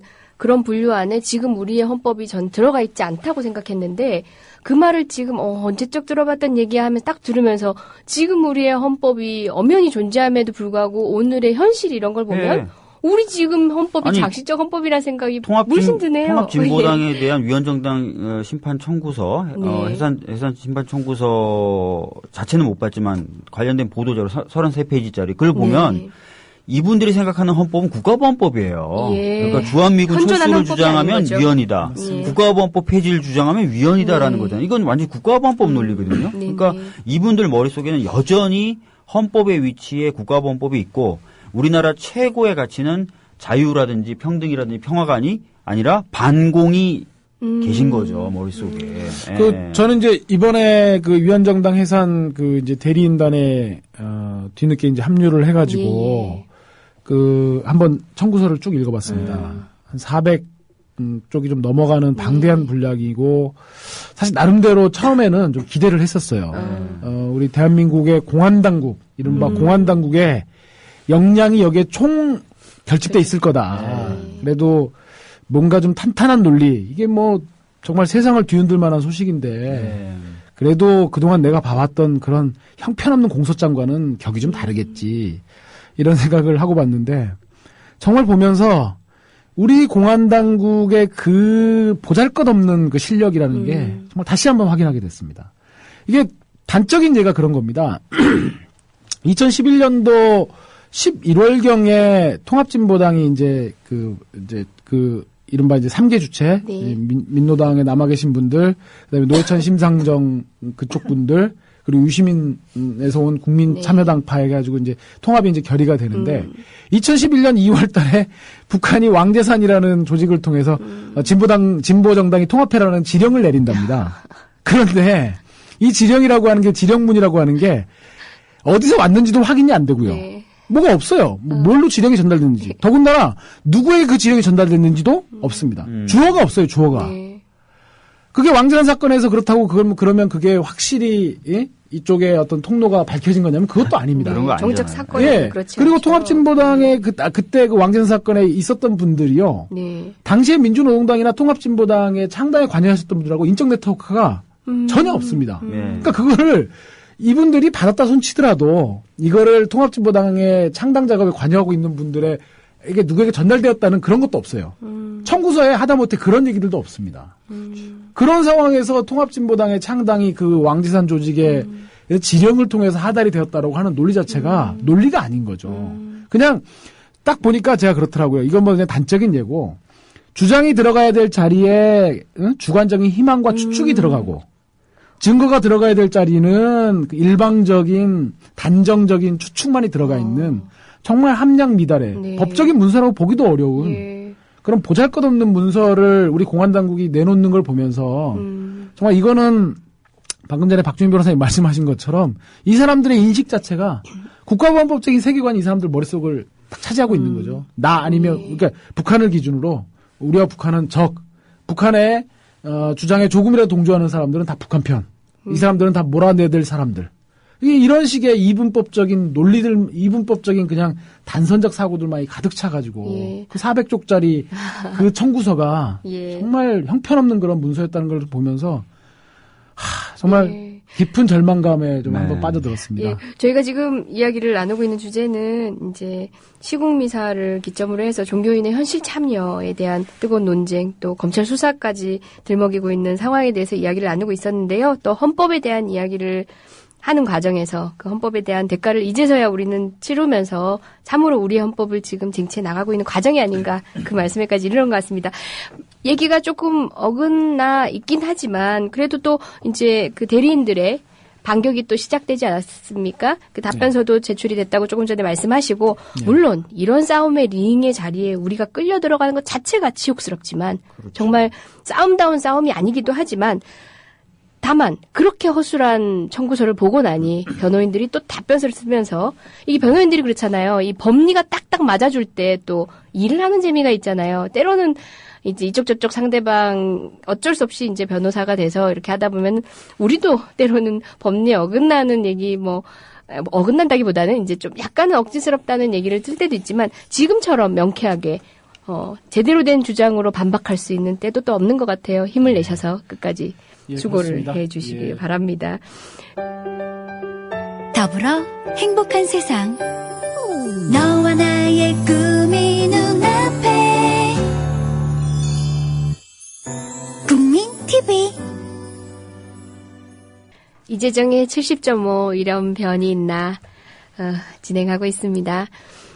감기에 걸렸는데요. 여러분도 건강 유의하세요. 또 미세먼지 이야기가 많죠. 마스크 꼭 하고 다니시고요. 저는 이렇게 골골하고 있는데 우리 박주민 변호사님은 신수가 훤하십니다. 이발하셨나 봐요. 예, 머리 짜게 깎았는데요. 평이 대부분 안 좋더라고요. 그래서 부끄러워서 어떻게 다녀야 될지 이게 참. 그 시드 닮았다고 제가 얘기를 했는데. 네, 그런 얘기도 하시는 분 있고요. 군인 같다는 얘기 하시는 분, 머리숱 없는 게 너무 티가 난다는 분. 그래도 좋은 편 하나도 없습니다. 그래도 팬들의 사랑은 여전하십니다. 네, 감사합니다. 저희 지금까지는 최동욱 찍어내기에 관한 여러 가지 의혹들 또 그간의 사태들 짚어봤고요. 그리고 또 천주교 시국미사 과정에서 박찬신 신부님의 발언을 계기로 해서 대두되고 있는 종교계의 정치 참여에 대한 얘기 해봤습니다. 세 번째로 저희가 나눌 이야기는요. 지난 3일이었나요? 언제였나요? 국정원 개혁특위가 여야 합의로 이제 발족이 됐는데요. 과정이 또 순탄하지는 않은 것 같아요. 계속 삐걱거리고 있습니다. 또 한편에서는 이렇게 국정원 개혁특위라는 방식으로 절충점을 찾는 게 과연 이 전체 판의 싸움에서 도움이 되는 일인지 그러니까요. 우리가 얘기했던 특검조차도 동의하지 않는 분들이 있었는데 그 특검은 물 건너간 게 아니냐, 현실적 가능성이 어려워지는 게 아니냐 여러 가지 우려들을 하고 계십니다. 먼저 이야기를 우리 이광철 변호사님께서 열어주시겠죠? 그럴까요? 예, 그래 주시면 고맙겠습니다. 너무 좋아. 자연스러웠나요? 완전 찐았어. 아니, 목소리만 그렇게 하면 되는데 표정까지도 진짜 마치 완전 찐았어. 이런 걸 몰입이라고 하죠, 몰입. 보이는 라디오 한번 해야 될 것 같아요. 지난 12월 3일에 이제 황우여 대표가 먼저 제안을 했었죠. 여야 대표, 원내대표를 포함한 사자회담을 이제 김한길 민주당 대표가 수용을 해가지고 황우여 대표, 김한길 대표 그리고 최경환 한나라당 원내대표, 민주당의 전병헌 원내대표 이렇게 4인이 만나가지고 지금 꽉 막힌 전국을 이제 풀어보자 나름대로 해서 전에 민주당이 국정원 문제와 관련해서 주장을 하고 당론으로 이제 내세웠던 건 두 가지 아니었습니까? 특검하고 국정원 개혁특위 이거였는데 이제 그것들을 가지고 그러면서 이제 한편으로 새누리당은 지난번에 감사원장을 강행 처리하면서 단독 처리하면서 사실 그것도 짚어볼 법적 쟁점들이 상당히 많은데 그 강창희 의장이 이렇게 필리버스터를 무시하고 직권 상정한 게 과연 적법한 거냐 아마 민주당은 이제 권한쟁의로 갈 것 같고요. 어쨌든 이제 그 점은 논외로 하고 그렇게 해서 김한길 대표가 직을 걸고 투쟁하겠다 이제 이런 강한 이제 자세를 천명을 했었고 그러면서 이제 새누리당에서는 예산안도 니네들이 그런 식으로 나오면 단독 처리할 수밖에 없다 이제 이런 계속 드립을 쳤던 거죠. 이제 그런 상황에서 강대강으로 대치하고 있는 가운데서 황우여 대표의 제안이 나왔고 그래서 사자가 만났습니다.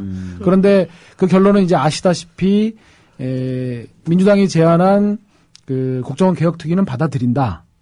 그리고 두 가지 합의가 새로 있었죠. 이 국정원 개혁특위를 받아들인다고 하는 것은 사실 새로운 것은 아니었고요. 지난 11월 16일이었던가요? 그 박근혜 대통령이 국회에 와서 시정연설을 했던 11월 18일, 17일 날 시정연설을 해서 국회가 합의하면 다 존중하겠다라고 하는 예의 그런 말씀을 하고 나서 오후에 새누리당이 바로 국정원 개혁특위는 받아들이겠다고 했기 때문에 이 합의는 새로운 것은 아니었고 여기에 이제 두 가지가 새롭게 합의가 된 것이 위원장을 민주당에 주겠다. 그리고 개혁특위에 입법권도 부여하겠다. 요 논의가 이제 새로 두 가지로 합의가 됐고 특검은 계속 논의한다.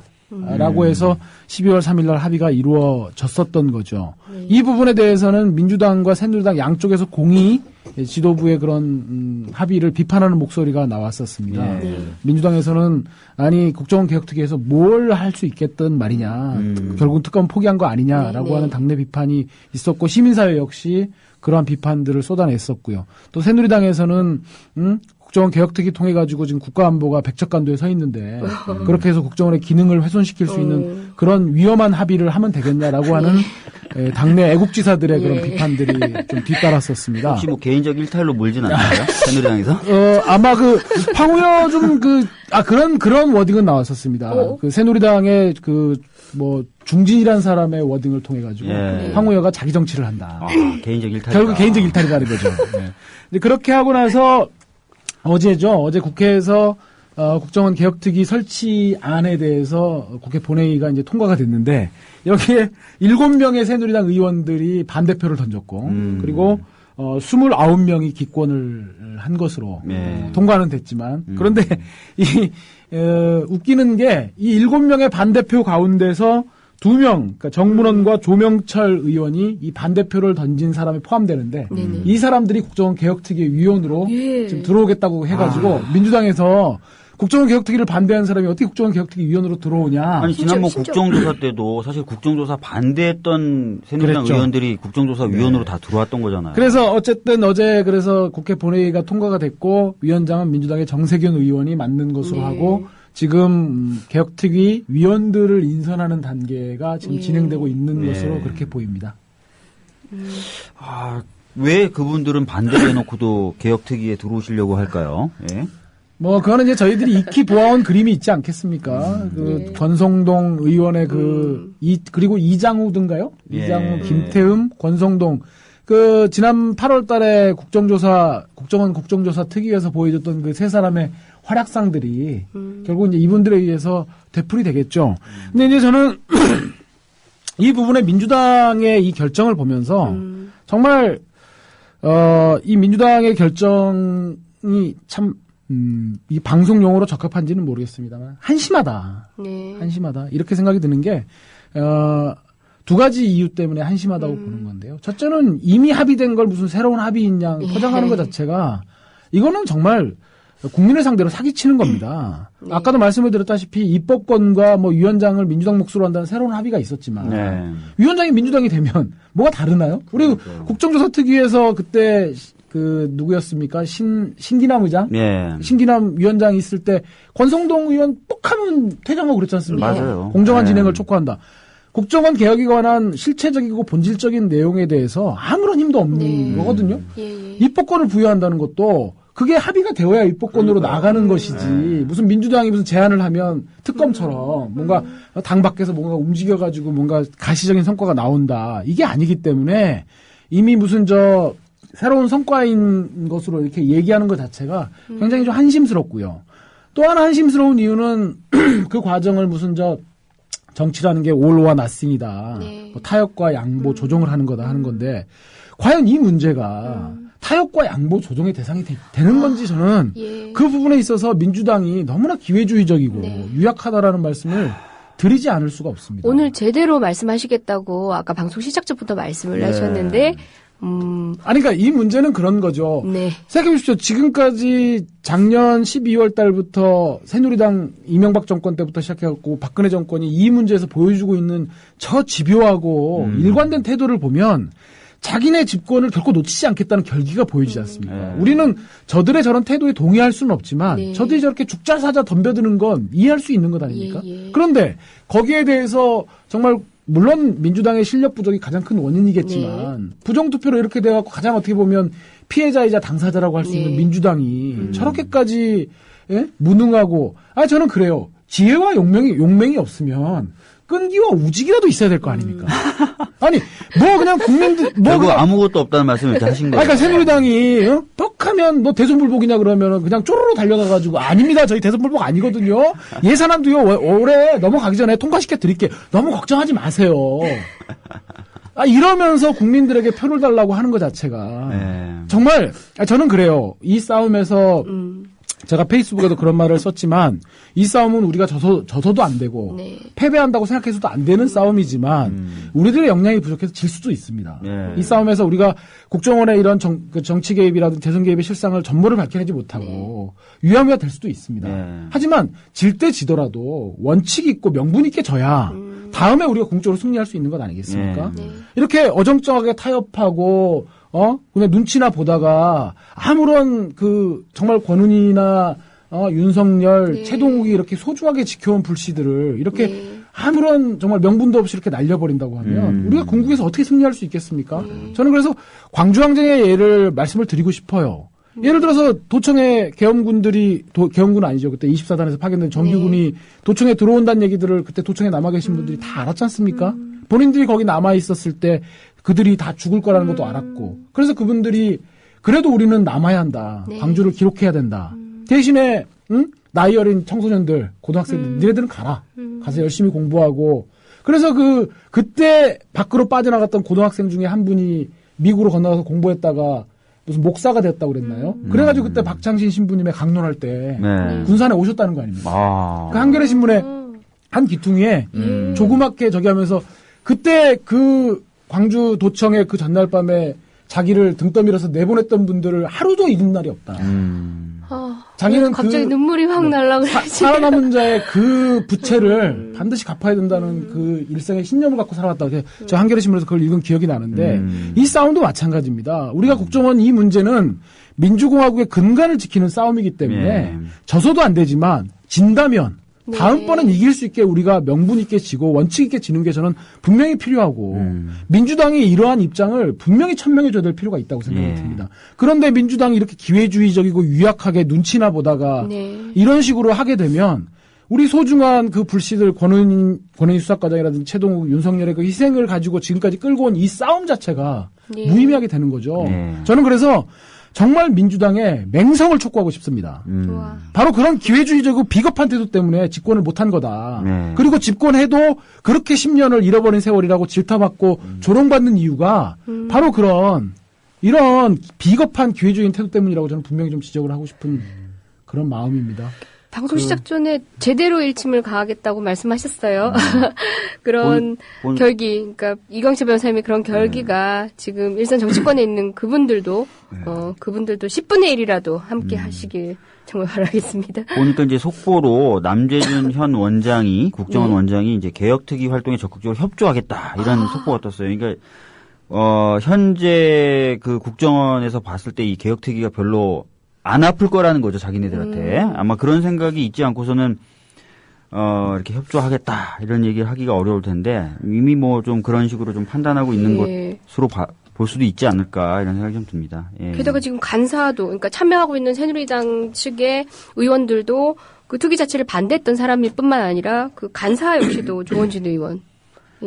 조원진 의원이 맞고 또 이제 개혁특위가 합의했던 내용이라는 게 결국은 정보위의 상설화라든지 뭐 예산 통제권 강화 등 어떤 방향이 정해져 있는 중요 굵직한 부분에 있어서 새로운 입법안을 내고 하기로 했는데 그 하나하나 문제에 있어서 벌써 원론적인 차원의 반대를 하고 있다는 거죠. 그러니까 특위위원들이 새누리당에서 선임되고 있는 특위위원들이 제대로 해보자는 특위위원이 아니라 그 하나하나의 가치를 무색하게 만들기 위해서 그 전선에 나온다고밖에 볼 수 없는 증언들이 벌써 드러나고 있습니다. 근데 민주당이 정말 이 바보 같은 정말 그 뭐죠? 돌아서면 잊어버리는 금붕어? 금붕어? 닭. 아니 8월달에 사실 닭이에요. 최근 동물 중에 가장 수치스러운 표현으로 쓰이는 닭을 잘 쥐가 났다. 쥐? 아니 민주당 바보 같은 게 8월달에 국정조사 하면서 이미 당했잖아요. 네. 앉아가지고 그 권성동, 이장우, 김태흠 셋이서 이죽거리고 뻑하면 그때 왜 기억나지 않습니까? 여름휴가 간다고 우리 나 휴가 가야 된다고 권성동. 장난 아니었죠. 뻑하면 그냥 다 정해시키고. 증인 출석 과정에서 그때 박주민 변호사님도 이제 그때 참고인으로 아마 출석을 하셨던 것 같은데 증인 출석을 합의하는 과정까지도 지난하고. 또 해놓고 국정원에 무슨 자료 요청하면 또 며칠 가고, 여름 휴가니까 휴가 가야 되겠다 그러고. 아마 이번에 개혁특위 하면 스키장 가야 된다고 아마 또 휴가가 될지도 모를 일입니다. 겨울 휴가. 아니, 연말. 아니, 불과 지금이 12월이니까 8월이면 불과 넉 달 전에 일어난 일들도 까먹고, 무슨 위원장 하나, 입법권 하나 따온 게 대단한 전리품인 양 이렇게 떠들어대는 민주당 왜 그럴까요, 근데? 닭입니다, 닭. 아니, 진짜. 닭주당이면 닭주당. 닭이라서 그런 걸까요? 아니면은 뭐 얼마 전에 보니까 시사 주간지에서 분석을 했는데 너무 모래알이라서 뭔가 이렇게 끌고 나가기가 너무 어렵다. 이런 평도 좀 나오고 그런데 구체적인 원인은 좀 뭘까요?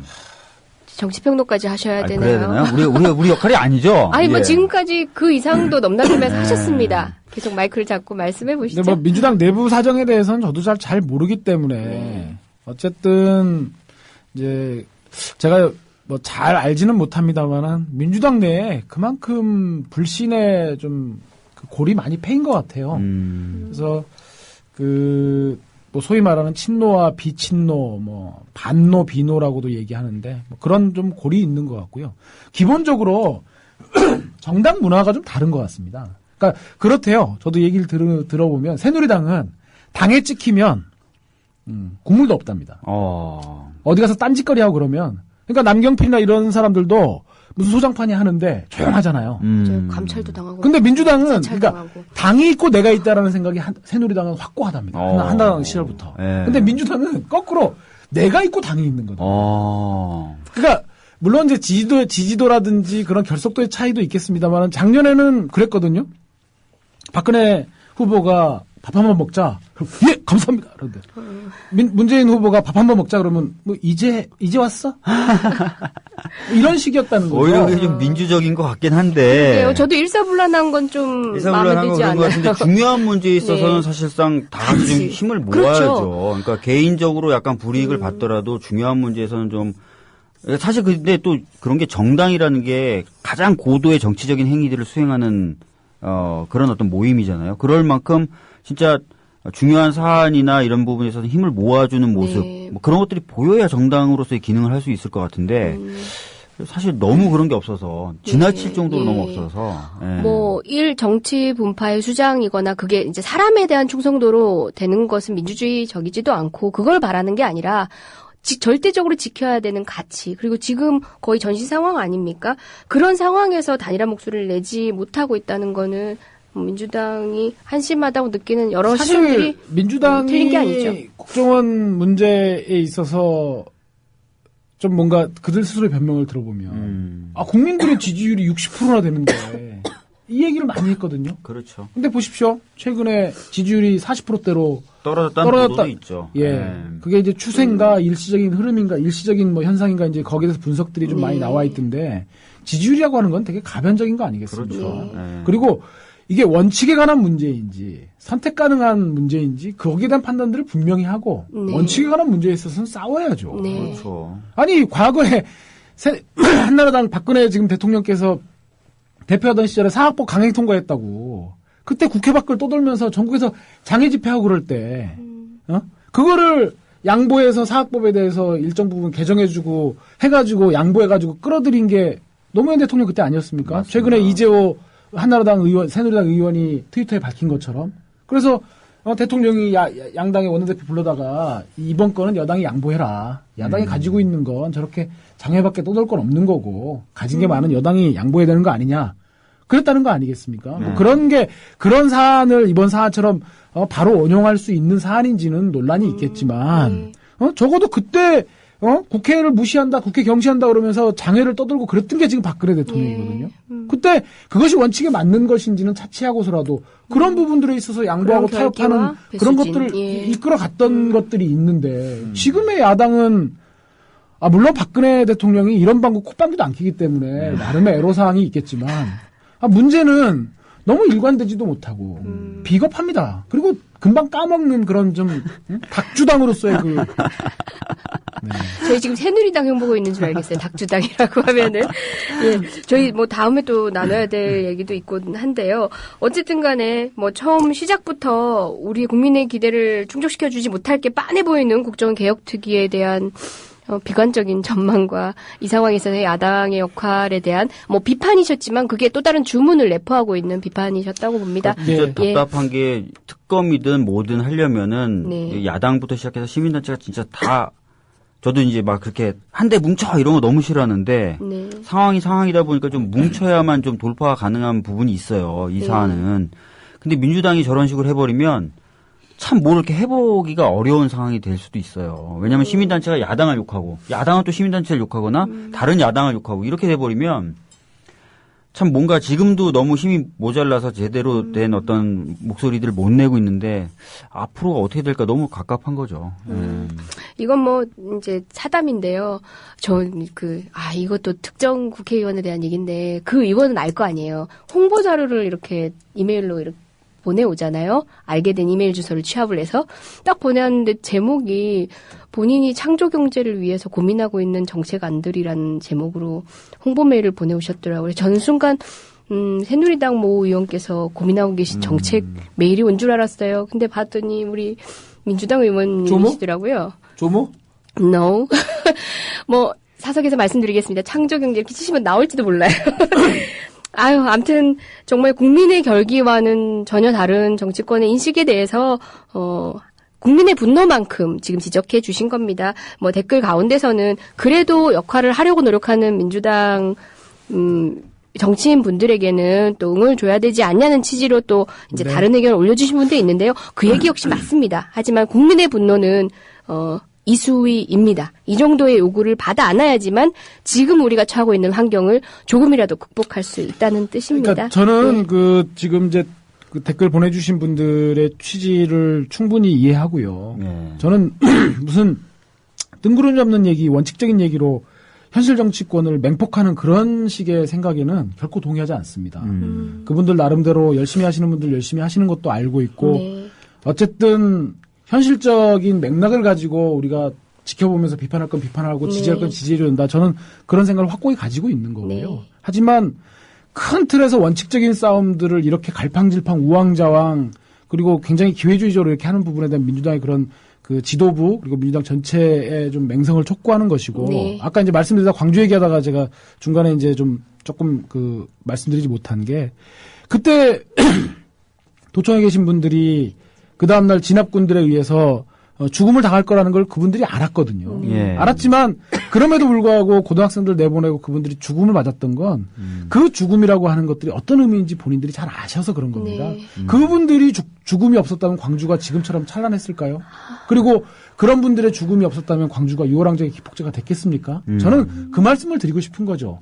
이 싸움이 민주당 지도부가 생각해서 현실 역량이 부족해서 패배가 예상된다고 하더라도 그렇다면 불씨를 살려서 다음번 우리가 민주화국의 근간으로서 정보기관들이 이런 선거에 개입하지 못하게끔 하는 확고한 어떤 전통을 세우려면 지금 명분 있게 패배해야 된다는 걸 말씀드리고 싶은 겁니다.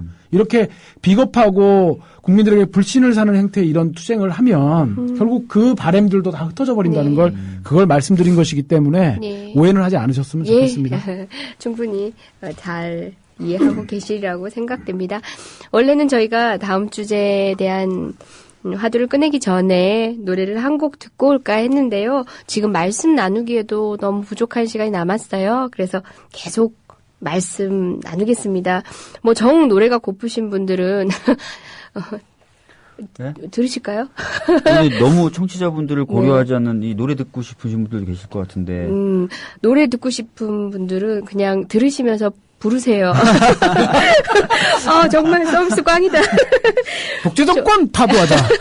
아니, 또 여러분들이 듣고 싶어하는 주제가 또 남아있거든요. 또 이게 법률적인 또 터치가 돼줘야 되는 다른 시사 프로그램에서는 전혀 할 수 없는 그런 고품격 시사 토크가 준비되어 있거든요. 여러분 JTBC 사장님으로 가셨던 손석희 씨, 손석희 앵커가 결국은 그 프로그램이 지금 방심위에 심사 대상으로 올랐죠.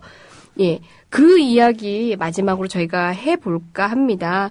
뭐 언뜻 생각하면 방송 공공성을 가지고 그렇기 때문에 또 얘기 나옵니다. 중립성, 그리고 객관성, 공정성 다 좋은 말입니다.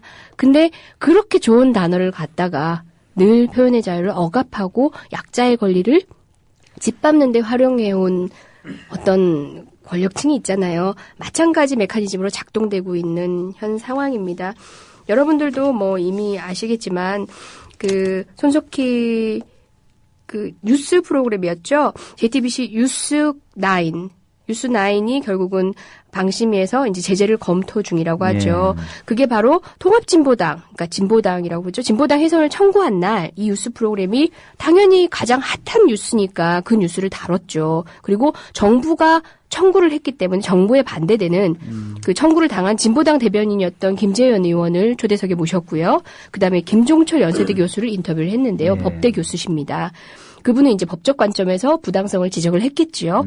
근데 방심위에서 얘기하고 있는 건 그거예요. 방심이라고 제가 줄여서 부르지만 방송통신심의위원회라는 겁니다. 이제 방송통신위원회하고 여러분 헷갈리실 수도 있겠는데요. 별도의 기관입니다. 심의 자체를 하는 기관인데요. 방심이라고 부를게요. 방심위에서 문제를 삼고 있는 건 양쪽 다 불러야 되는 거 아니냐 이 얘기예요. 정부에서 청구를 했는데 왜 정부 측 논리를 대변할 사람은 안 부르고 한쪽 당사자만 불렀느냐라고 해서 이게 공정성을 위배한다. 불공정하다라고 얘기를 하는데요. 여러분 헷갈리시면 안 되는 게요. 통상 이렇게 법원이나 아니면 이런 법률 유사의 이제 규제를 할 수 있는 단체에서 하는 이런 공정성, 이런 인문학적인 공정성을 얘기할 때는 종합적 판단이 가능해야죠. 그러니까 수학적 판단을 하는 게 아닙니다. 무게를 재는 거 아니잖아요. 시간적 안분이라든지 한 명 나왔으니까 한 명 나오고 이런 식의 기계적 안분을 하진 않아요. 특히 더더욱이 정부 측의 대신하는 정부 측에 대립하는 어떤 당사자를 부를 때는 반드시 정부 관계자를 한 명을 앉혀요? 아니거든요. 국가 권력 또는 강자, 그러니까 예를 들어서 뭐 대기업이라든지 흔히 강자로 분류되는 사람들에 대비해서 약자의 목소리를 더 대변해야 되는 게 방송의 공공성의 근본적인 목적이라고 생각하고 있기 때문에 흔히 이제 사인들이라고 하죠. 이제 일반 이해관계가 대립하는 예를 들어서 뭐 의학분업 여러분 생각나시죠? 의사와 약사 이런 이익단체 두 쪽의 얘기 중에 한 명을 초대해서 한쪽 얘기만 들었다면 이건 불공정하다고 얘기할 수 있지만 그게 아니라 정부에 대한 비판을 할 때는 그냥 비판 자체를 하는 게 더 일반적이지 않나요? 여러분도 생각해 보시면 통상 그런 방식이 진행이 됩니다. 그럼에도 불구하고 공정성 시비를 했다는 거는 편파적인 어떤 의도를 가진 거라고밖에 볼 수 없죠. 변호사님들도 물론 저만큼 방송통신심의위원회 전문가들은 아니시지만 한마디씩 해보시죠. 사실은 뭐 저도 잘 모르긴 하지만 이제 공정성이라는 기준이 있어요. 방금 말씀하신 것처럼 방송통신 심의 규정에 공정성 심의라는 게 있습니다. 근데 이 공정성 심의를 수량적으로 자꾸 접근을 하려고 그래요. 그래서 방금 말씀하신 것처럼 강자에게도 사회적 강자에게도 동일한 시간을 항상 배당하라는 거예요. 근데 그거 자체가 사실은 전체적인 맥락에서 봤을 땐 오히려 불공정한 거죠. 그렇죠. 목소리를 못 내던 사람들이 좀 얘기할 기회를 좀 더 줘야 그래서 그분들의 얘기를 좀 더 들리게 해줘야 비로소 이게 추가 맞는 건데 그렇죠. 그런 판단을 안 한다는 거예요. 이게 되게 재밌는데요. 재밌는 사례가 있는데 예전에 이제 김미화의 여러분이라는 방송이 있었어요. 라디오 방송. 근데 거기서 이제 이 김미화의 여러분도 방통위에서 방심위에서 공정성이 위배됐다고 제재를 받았다가 올해 5월에 그 제재 처분이 취소됐는데요. 판결에 의해서. 어떤 식이었냐면 하루는 우석훈 씨하고 선대인 씨만 출연시켜서 속가 폭락과 관련된 정부의 축산 정책을 비판했어요. 근데 그 전에 다른 날 정부 관계자가 나와가지고 25분간 정부 정책을 홍보할 기회를 줬죠. 그럼 전체적으로 봤을 때 균형이 맞다고 봐야 되죠.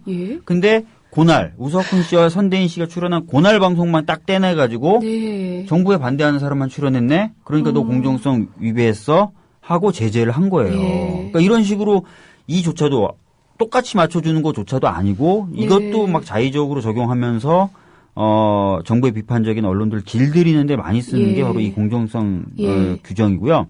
그래서 사실은 이 공정성 규정이 이 방송심의 규정에 처음 들어올 때부터 90 몇 년도인가 제가 정확히 기억 안 나는데 그때 신문들의 사설을 보면은 다 우려를 해요. 이 잣대를 가지고 아마 정부 비판하는 언론을 탄압할 수도 있을 것이다라고 했는데 그 우려가 이제 이명박 정부 들어와서 실질적으로 그렇게 사용됐던 거죠. 예, 맞습니다. 지금 말씀하신 사례도 그렇지만 저희가 소고기 광우병 파동 때도 모 방송사 뉴스도 마찬가지고요. PD수첩 역시도 결국은 어느 정도 수였는지 모르겠지만 제재 조치를 받았던 걸로 기억을 하고 있고요. 또 천안함 사태를 보도했던 2011년도에도 KBS였나요? 관련된 프로그램이 또 제재를 받았습니다. 맞습니다. 이거는 근본적으로 방심이라는 구성 자체에도 문제가 있는데요. 구성 자체가 여야 이렇게 6-3 이런 식으로 되게 돼 있어요. 정치적으로 딱 떨어지는 정말 숫자로 결국 다수결로 어떤 결정을 할 수밖에 없는 그런 구조로 돼 있어요. 근본적으로는 방심위의 그런 공정성 심의가 존치될 필요가 있냐는 논의까지도 지금 있는 형국입니다. 지금 이제 말씀하신 것들에서 우리가 이제 제도의 설계하고 그 제도를 채우고 있는 사람을 이제 같이 봐야 되는 거지 않습니까?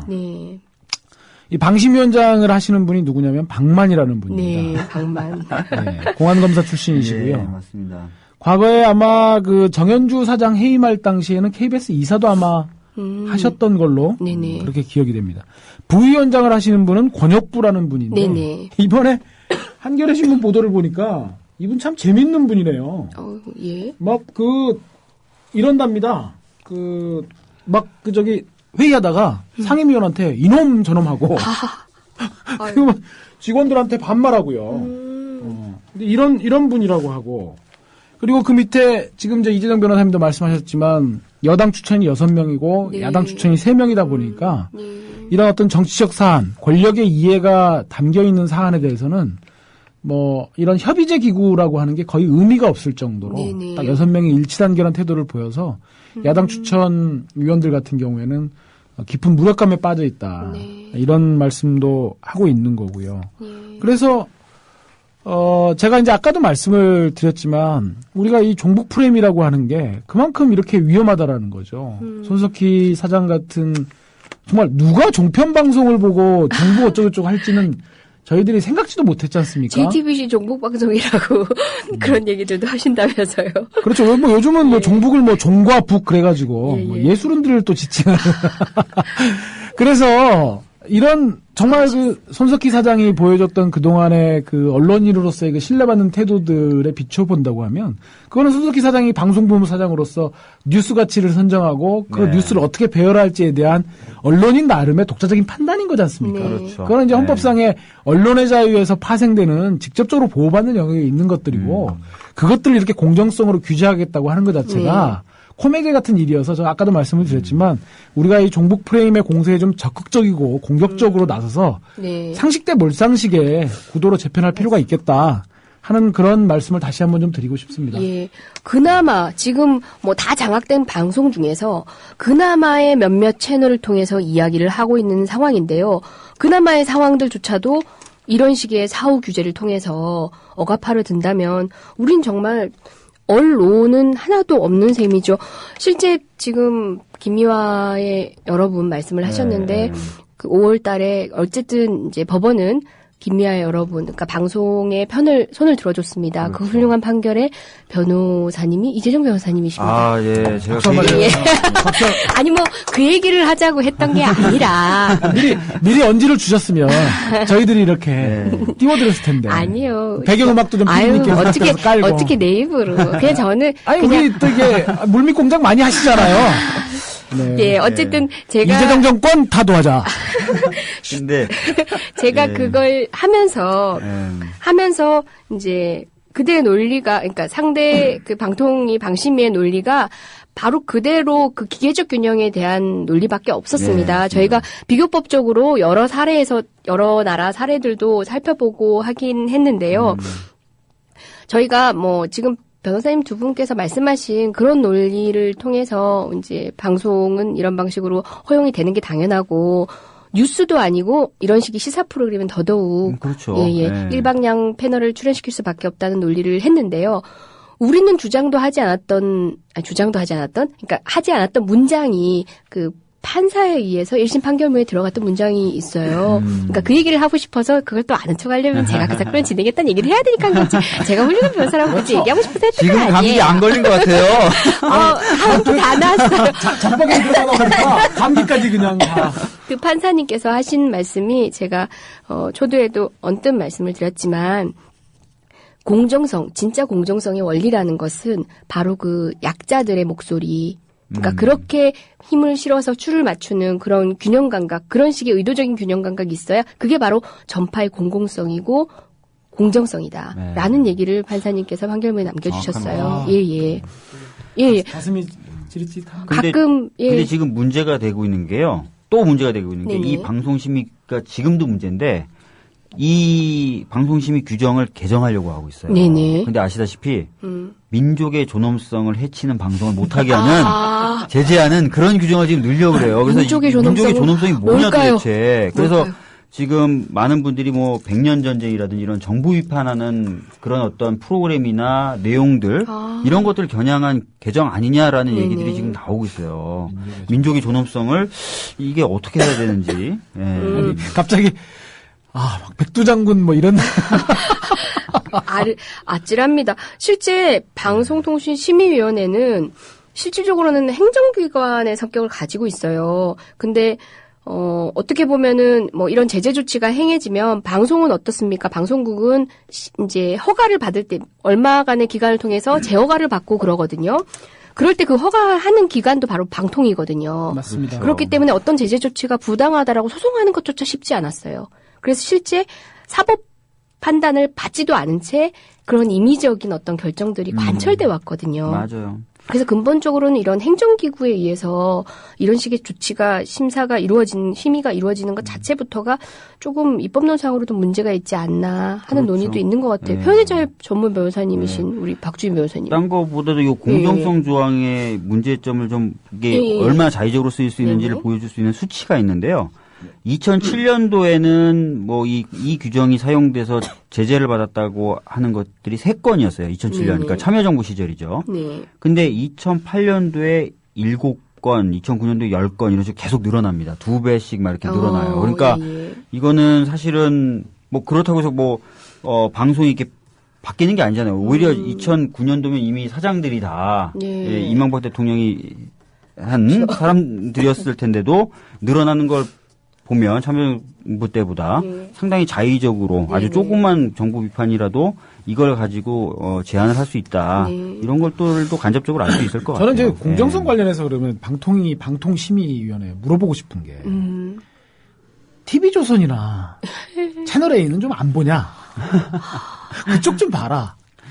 아니 나와가지고 뭐 통합진보당 위원정당 해산했다 내라는 뭐다 그러면 하루 종일 틀어놓고 무슨 김재현도 아론해 김미희도 아론해 그런 명예훼손성 발언들을 확인되지도 않은 팩트들을 그렇게 방송해야 되는 그런 종편에 대해서는 이런 방구 말도 없다가 지금 그래서 이중성 이야기가 나오잖아요. 정미용이 맞습니다. 출연했던 그 프로와 손석희의 뉴스 진행을 왜 이렇게 편파적으로 다루냐는 논란이 지금 제기되고 있죠. 다른 게 아니라 조금 전에 박주인 변호사님께서 얘기하셨던 그 김미화 여러분 사례에서만 보더라도 하루는 어쨌든 우석훈 선대인 씨가 나와서 정부 정책을 비판하는 걸 했고요. 하루는 장관님을 불렀어요. 그래서 그날만 떼어가지고 우석훈 선대인 씨가 나왔던 방송을 공정성 시비를 걸었으면 그래 좋다. 이것도 심사해봐라고 심사에 올렸어요. 예, 똑같이. 그랬는데 관계자만 나온. 근데 그건 제재 조치를 받지 않는 거죠. 그건 공정성에 위배된다고 하지 않는 거죠. 그러니까 그 판단의 잣대라는 것조차도 잣대를 동의할 수도 없지만 잣대라는 것조차도 얼마나 들쭉날쭉한지를 보여주는 대표적인 사례였습니다.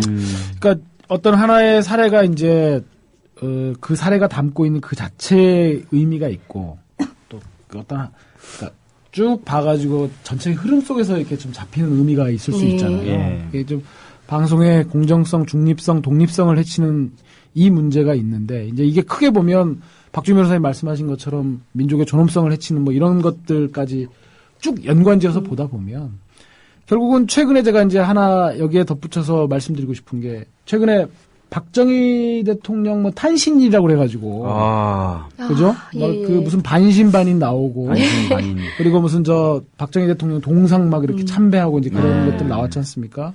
결국 그래서 정말 그 우리가 모두가 좀 염원하고 바라는 민주주의의 원래 모습에서 일탈해가지고 결국은 어떤 권력자를 숭배하고 권력자가 무서워서 할 말 못하고 살고 그게 보수들이 싫어하시는 북한하고 너무 비슷해지는 거 아니에요? 네. 그러니까 그런 그 흐름 속에서 지금 이 사안도 권력을 비판하는 것은 용인하지 못하겠다고 하는 그런 일련의 흐름들로 우리가 좀 이 부분들을 포착해 볼 필요가 있지 않는가. 결국은 정말 우리 헌법이 명언하고 있는 천명하고 있는 민주공화국의 근간이 흔들리는 그런 사안들이다. 이런 좀 위기의식이 좀 듭니다. 정말 오늘 다뤘던 4가지 주제 모두 하나하나만 하더라도 이 2시간이 모자랐을 내용들이었습니다. 짧은 시간 안에 4가지 주제를 다루느라고 좀 더 보충했어야 되는데도 미약했던 부분도 있는 것 같은데요. 여튼 저희는 뭐 다음 주 말고 그 다음 시간에 다음 주 격주로 여러분들 뵈니까요. 그때 다시 뵙겠습니다. 저희가 이 방송을 준비하면서 법률가가 개입해서 논의할 내용이 없어지는 그런 날이 왔으면 좋겠습니다. 다다음 주에는 또 많은 주제를 들고 와야 될 것 같습니다. 그렇죠? 네. 오늘도 좀 좋은 소식들만 그래요. 상식이 맞습니다. 승리한다는 그런 이야기만. 좋은 소식도 저희 가지고 와볼게요. 부지런히 각자 역할에서 좋은 다다음 주에는 특검이 통과됐다 뭐 이런. 와. 예, 좋은 소식도 가져올 수 있도록 우리 각자 역할들을 충분히 하고 오겠습니다. 여러분, 저는 다음 주에 뵙고요. 우리 변님들은 다다음 주에 여러분들 앞에 다시 올 겁니다. 여러분, 오늘도 수고하셨어요. 바이바이. 네, 감사합니다. 더불어 행복한 세상. 너와 나의 꿈이